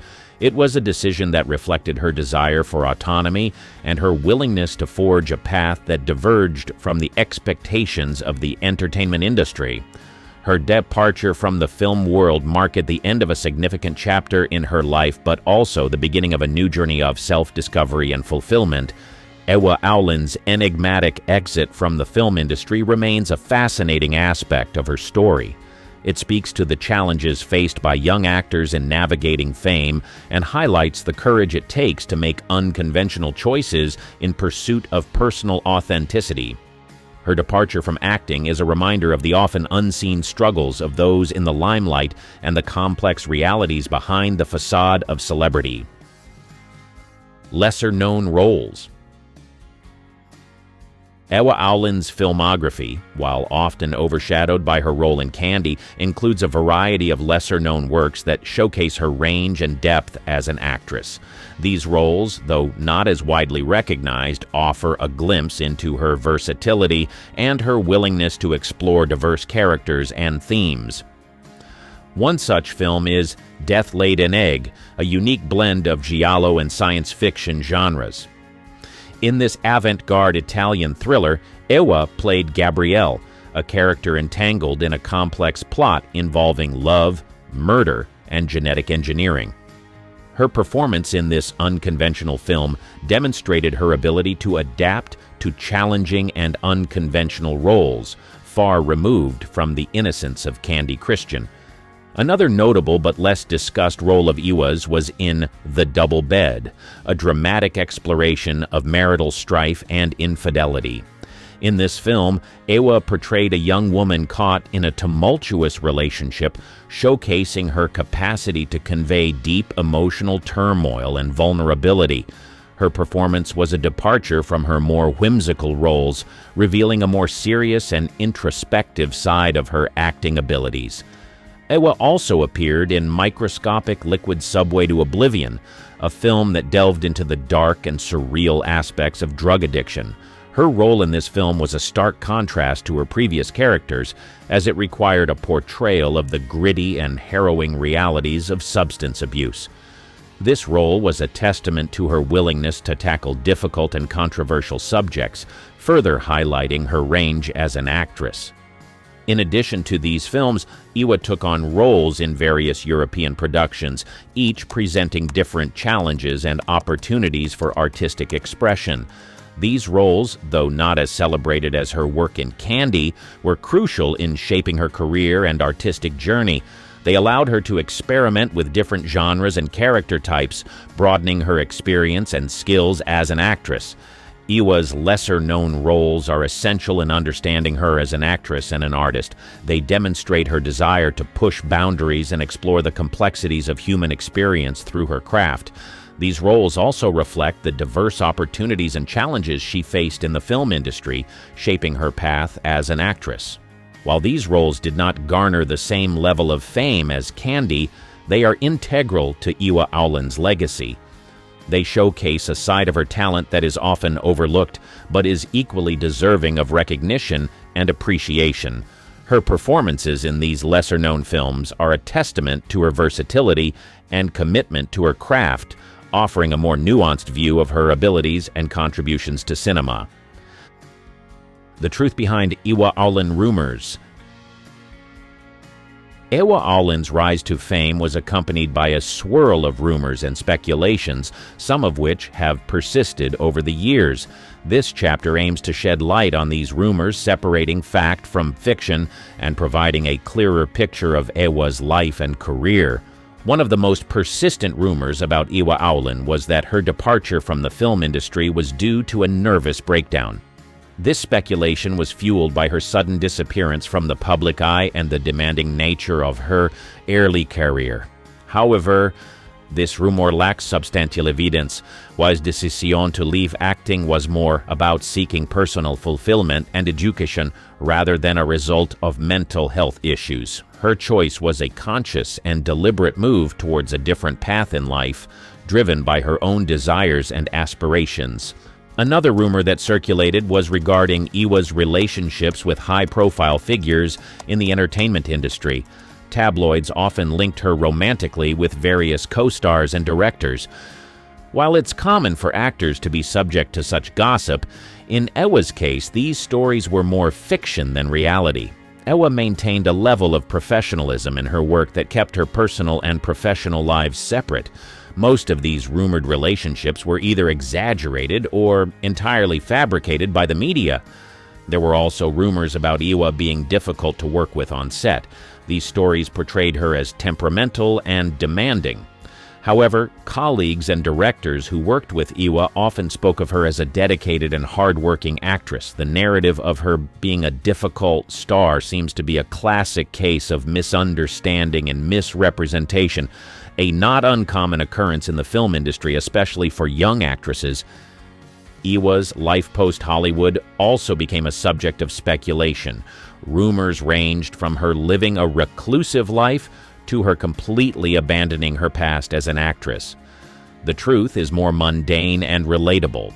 Ua chose a life of normalcy, focusing on her education and family. She did not shun her past, but instead chose to not let it define her entire existence.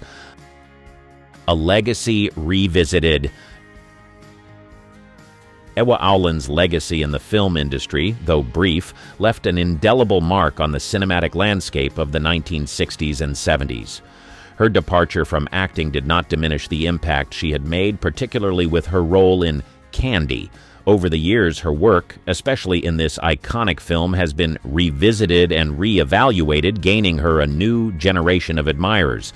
Candy, once mired in controversy, has come to be appreciated for its daring approach and its commentary on the cultural and sexual revolutions of the era. Ua's portrayal of Candy Christian, initially met with mixed reviews, is now often viewed in a different light. Critics and fans alike have come to recognize the complexity of her performance, which captured the innocence and satire inherent in the character. Beyond Candy, Ua's other film roles, though less known, have also received attention. Films like Death Laid an Egg and The Double Bed showcase her versatility as an actress and her willingness to explore unconventional roles. These films, along with her brief but memorable career, contribute to a legacy that is both unique and intriguing. Ua's decision to leave the film industry, once seen as abrupt and puzzling, is now often viewed as a bold and personal choice. In an era where celebrity culture often dictates one's path, Ua's choice to prioritize her own well-being and interest is seen as a sign of strength and self-awareness. The legacy of Ua Olin is not just in the roles she played, but also in the narrative of her career. Her journey from a celebrated actress to a private individual pursuing education and personal growth is a story that resonates with many. It speaks to the universal themes of self-discovery, the search for authenticity, and the courage to follow one's own path. As time passes, Ua Olin's contribution to cinema continues to be appreciated by film enthusiasts and scholars.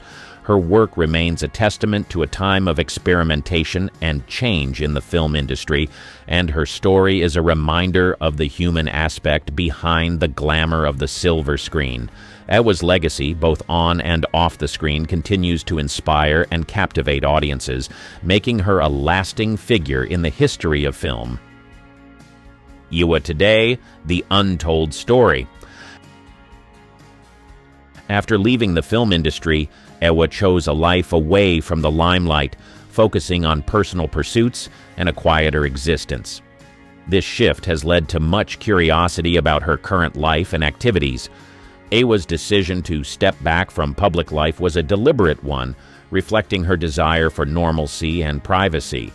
Unlike many former celebrities who maintain a public presence, Ua has largely stayed out of the media and public discourse.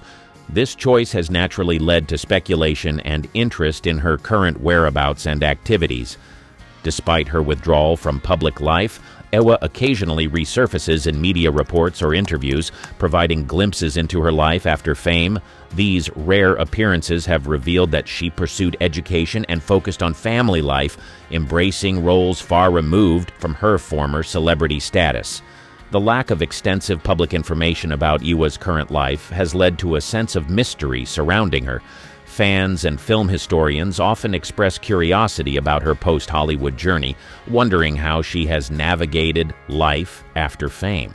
This curiosity is a testament to the lasting impact of her brief but memorable career in the film industry.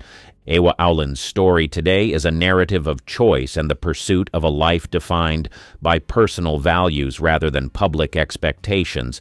Her decision to live away from the public eye is a powerful statement about the value of privacy and the right to redefine one's life on one's own terms.